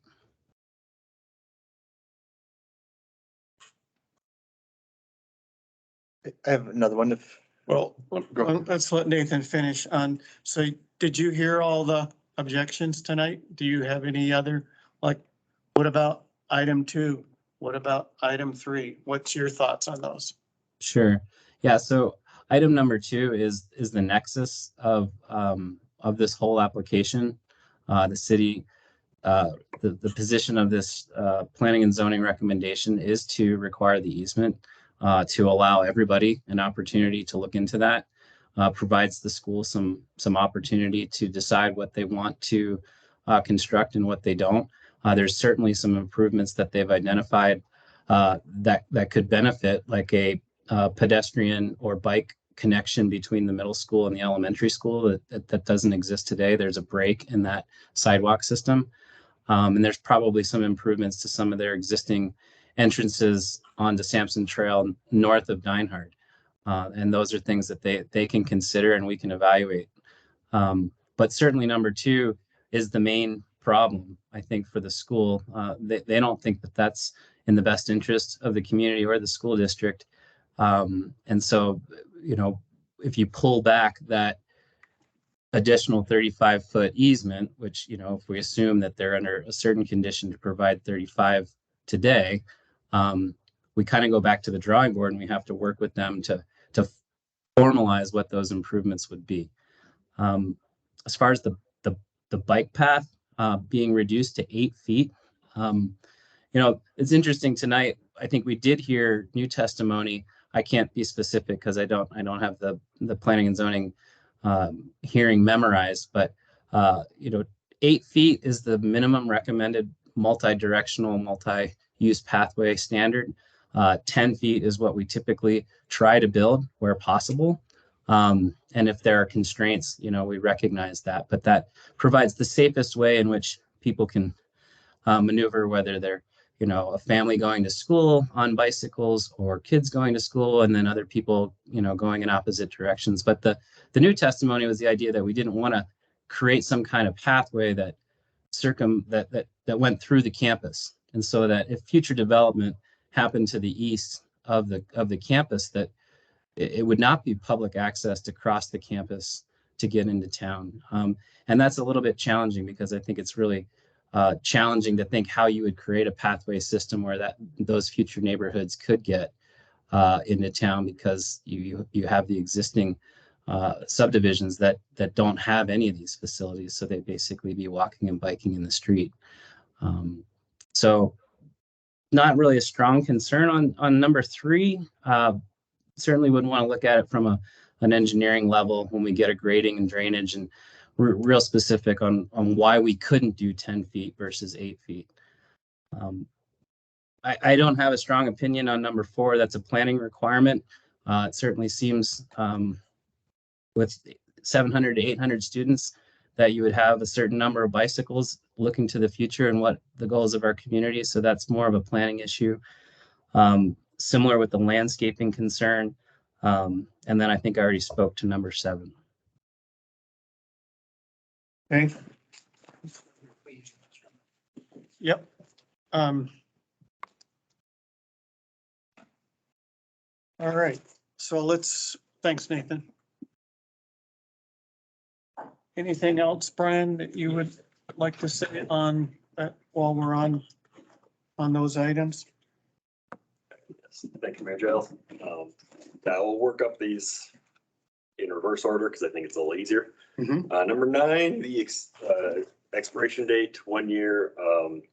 That is again to apply for a building permit. I have very liberally used the terms prior to certificate of occupancy rather than prior to building permit to allow the school district to get going with construction as soon as they can. So I think 1 year is absolutely an achievable goal in this. You do have the discretion in code to extend to authorize a longer time limit on that. Okay. Number 7, as Nathan said, specifically states, unless the need for specific improvements is negated by the construction of a roadway along the southern property boundary for the requirement. So things that would be within that easement or would be challenging to integrate effectively in with a future roadway would not be required to be constructed. To be clear, I was referring to the 2019 traffic flow analysis, which I referred to as the 2019 traffic impact study. The phasing plan, starting on page 214 of your packet, that as the implementation plan was what I was aiming for. Number 6. So hold on a minute. You were specifically referring to the 19 traffic. What's the correct name of that? Traffic flow analysis. Okay. So we could edit that if the council wanted to approve that. Okay. And you feel that that's still helpful, that 2019 report? Okay. I'm sorry, Brian, can you repeat the page number you were referring to? 214. Okay, go ahead. Thanks. Okay, so then number 6 is regarding landscaping. This is along the scenic route, and it is also a parking lot larger than 50,000 square feet. We have the authority to require both scenic route landscaping, 3 feet, 3 tree, or 1 tree, and 3 native shrubs per 10 feet of linear street frontage, which is what these numbers come from, and then 10% of the site or the parking lot landscaped. As applicant alluded to, that introduced some challenges on an existing parking lot and with no removal and operations. So it's a reasonable compromise, in my opinion, to just require the scenic route landscaping to provide some landscape screening from Sampson Trail and to improve the aesthetics along that corridor. So hold on a minute. What, if anything, would you change on 6? I would not change anything. Okay, that's what I want. So you would keep that? Yes. Your rebuttal is we should keep that. That's your input, okay? And then numbers 3 and 4 together. This is a site where the majority of the users don't have a driver's license, can't drive themselves, and there are known traffic and queuing problems. Every one of the kids that ride the bike is solving the problem, right? We should be going above and beyond to reward them and to do what we can to encourage that behavior. And again, 10 feet is what is shown in the Pathways Master Plan is our standard. And the 42 long-term bike parking is per code. Number 2, I think Nathan has pretty effectively described. Okay. All right. Thanks. Next up is public comment. This is a public hearing. We received 4 written comments. Everyone got that? You reviewed those on this?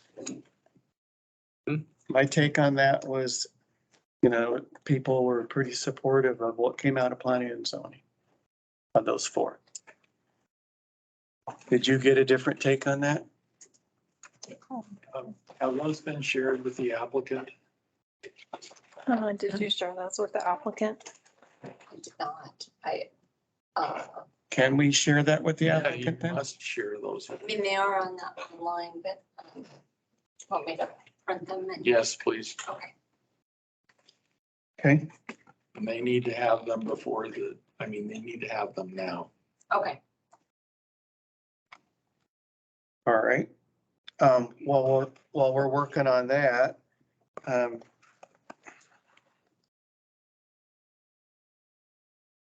let's see. Has anyone signed up to give public testimony via the website or in person?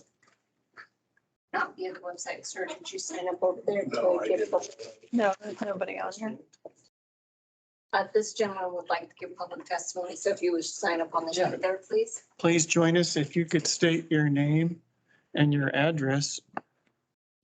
And then our tradition here, in the interest of fairness, is we limit your presentation to 3 minutes. And welcome and thank you for being here tonight to talk to us.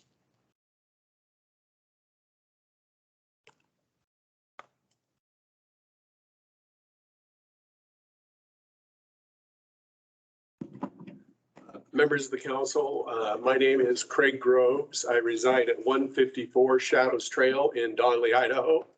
Proud to be a Valley County resident. Your staff, the Planning and Zoning Commission, has done an excellent job vetting this application. I'm speaking in favor of the application, including all 11 conditions. All of those were vetted during the process. I will disclose to you that I'm the property owner to the southeast of the school. And we have tried since July of 2020. The city has tried since July of 2020 to have meaningful conversation with the school district.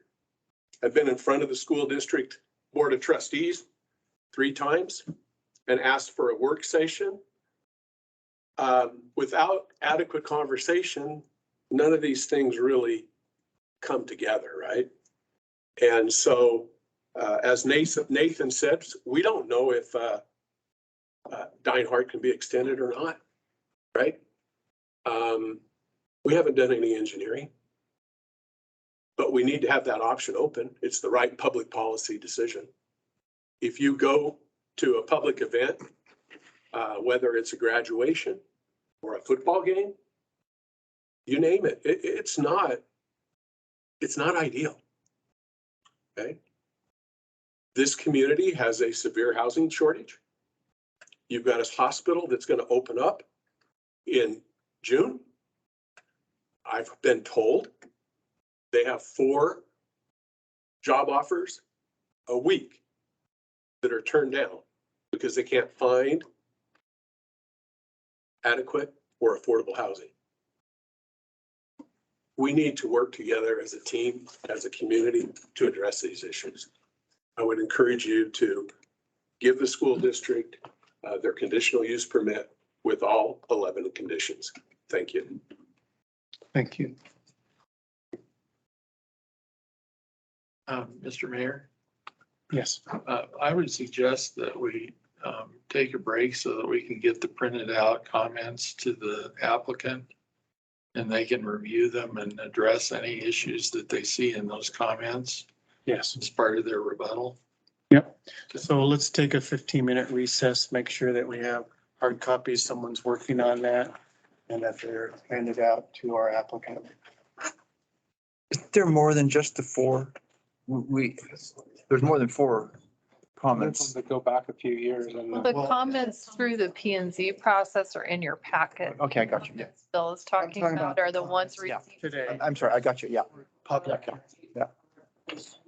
She just submitted them in two different ways. So that's, so there's really, we had to say four because she's. This is really. Thank you. The question.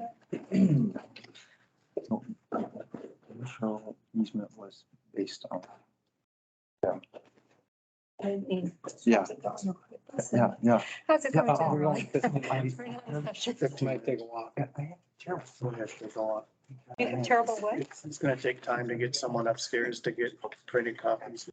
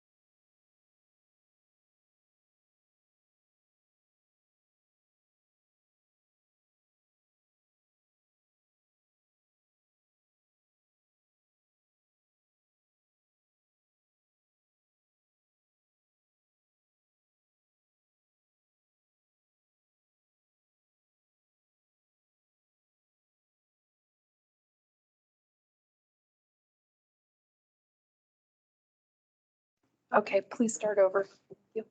Okay. Sorry. Thank you, Annette. Thank you, Colby. This is Mayor Bob. We will start back up. I'm gonna grab half a cup of coffee. And all of council members are back in session. We have our applicant and all of their spokespeople are here. So the first thing we'll start with is we've handed out the public comments for the hearing tonight, the written comments. And we would like to provide an opportunity for the applicant to respond if they have anything they would like to say about those public comments. So it could be in a rebuttal or a disagreement, however. And there's no time limit on that. So whoever. We have no comment. I have a comment, actually. Sorry, this is Joe Barton, Paragon. And it doesn't, the comments, I think we've addressed generally in one fashion or another, the comments that were received. But I did want to clarify, because I heard 4 comments, but I believe there's only 3. Is that correct? Yes. So there's 3 commenters, but one commenter submitted it in 2 different ways. And so that's why. Okay, thank you. 4. And so I guess I know Mayor and Council had some concerns that maybe this information wasn't presented adequately at planning and zoning, but a quick skim through at least these three comments, I think demonstrates that at least these 3 citizens appeared to fully understand the school district's objection to the easement and the extension of Dinehard, because each comment specifically addresses that item of the P and Z recommendations. So I just wanted to bring that forward. Okay. Anything else? Nothing else. All right. Okay.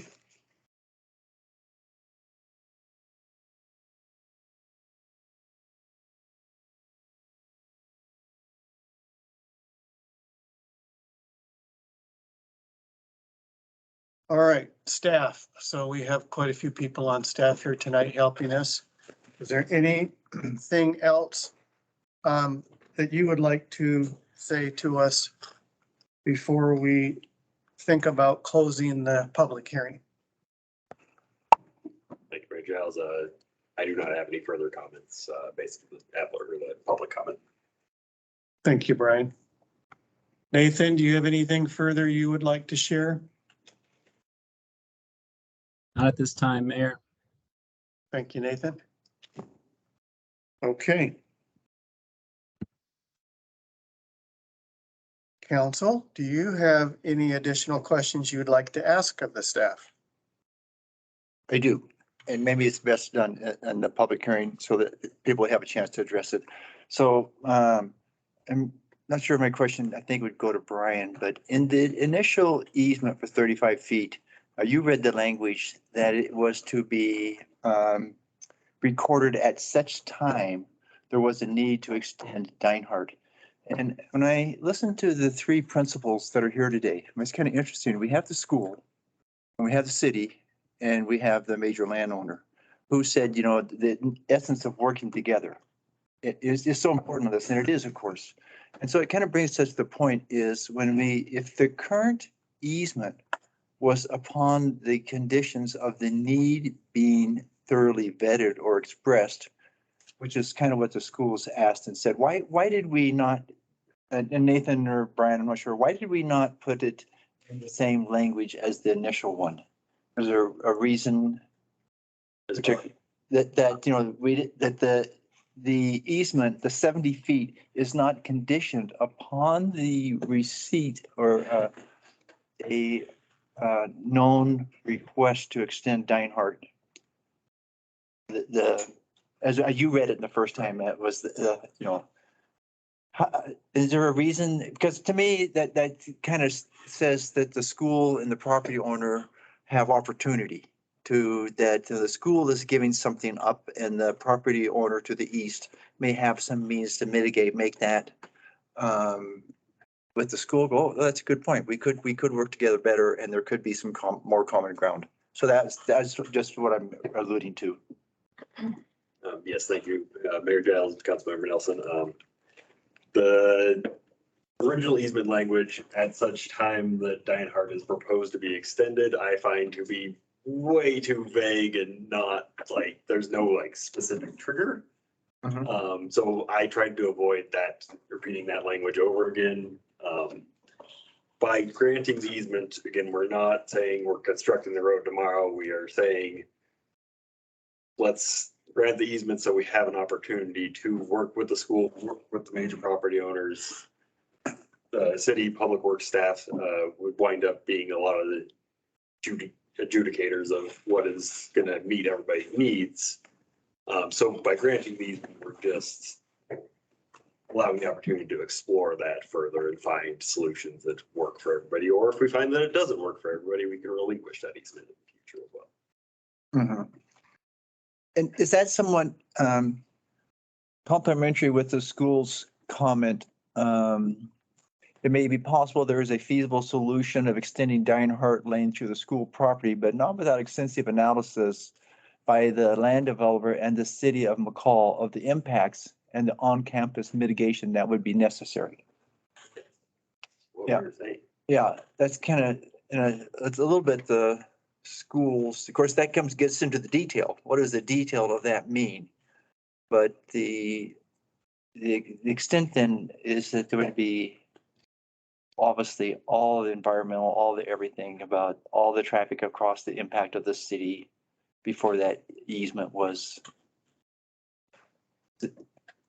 Lyle, what are you quoting from? What's the document? I'm quoting What on year was that? the school's position. Let me think it's on page 258. And in the packet. And when was that written? Brian, do you have that? I think I do. On the online with a map. Yeah, that's a. That's the 2021 traffic study. Yeah, it's done as part of their traffic study. Got it. Okay. So 219, I'm thinking, I have it for sure right here. Anyhow, it just kind of. So that information was all available to planning and zoning. Right. Because it was 2023 when they made their recommendation. Okay. So make your point again then. What was your? My point was that we really don't know why we're creating the extension as was the case when they first did the very first one in 1993. If we don't know what is happening on the other side of the school, but we have permission to do, the easement exists already anyhow. I just wasn't sure if that was the wisest way to go, or if we should know really what is going to be achieved by extending Dinehart. We don't know that until we know what's on the other side. Okay. All right. Any other questions for staff? Yeah, I had a question. I don't know if I have the most updated packet from online, but on page 187, and this might kind of go with staff and towards the school, there's a map that I think this is part of the application, and there's yellow portions that show the future expansion. This is the map I'm looking at, Brian, if that helps you. And I think that the part that's labeled future expansion is not the part that's being proposed right now. Is that right? Okay. If that 70-foot easement was granted, would that impact that future expansion area or the leveled grass playing field area that's on the map now? The building would be very close to the 70-foot easement. Again, that easement is including roadway, drainage, snow storage areas, and a bike path. So the actual driving area would probably not be right. up Right, against but the- that would, but I mean, in terms of them they're- building that future expansion It would, later, it would it still, would come very close to the right. of way. would that be an issue with There are no the setbacks. setback? Okay. And same with the playing field, would that take some of their playing fields away or else? It would.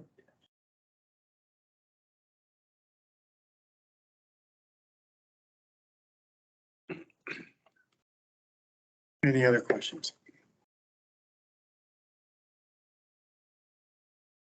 Okay, then I have a question for you, all council members. Do you want to close the public hearing?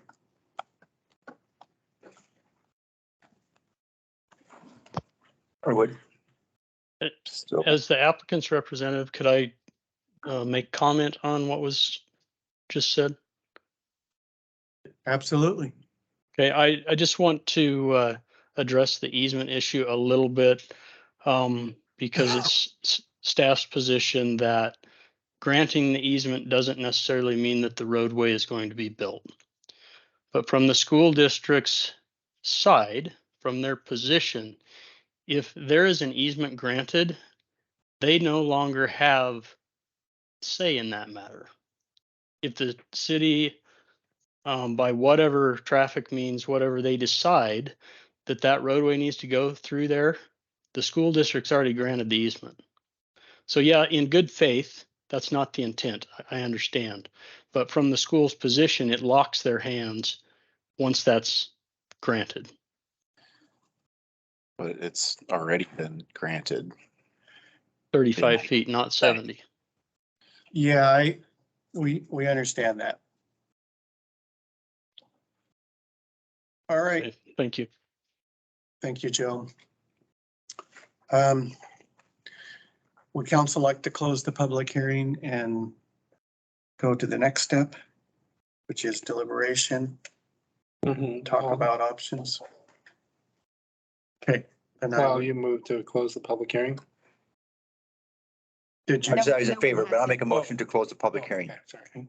And would like to second? I'll second. Okay, a motion's been made and seconded to close the public hearing. May I have a roll call vote on that motion? Councilmember Nelson, Yes. Councilmember Machesik, Yes. Mayor Giles, Yes. Councilmember Nielsen, Sure. Councilmember Thrower, Yes. Okay, thank you. That motion carries. The public hearing is closed. No more testimony will be provided or allowed. So council, we can discuss the evidence that we obtained during tonight's public hearing and make a decision to approve, not to approve, or to continue the decision. Those are our three options.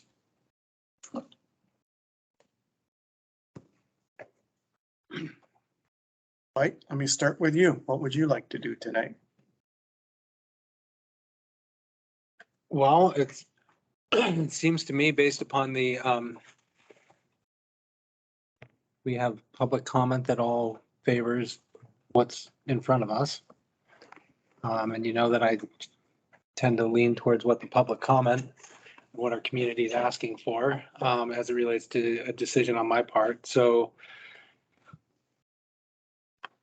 I mean, we've had numerous people take the time to write and say that they'd love to see us approve this as it stands. Julian, what's your thoughts? Wow, this is a difficult one, isn't it? One thing that Bill brought up that really kind of has been on my mind is this whole nexus thing. And Is the what? the nexus, the whether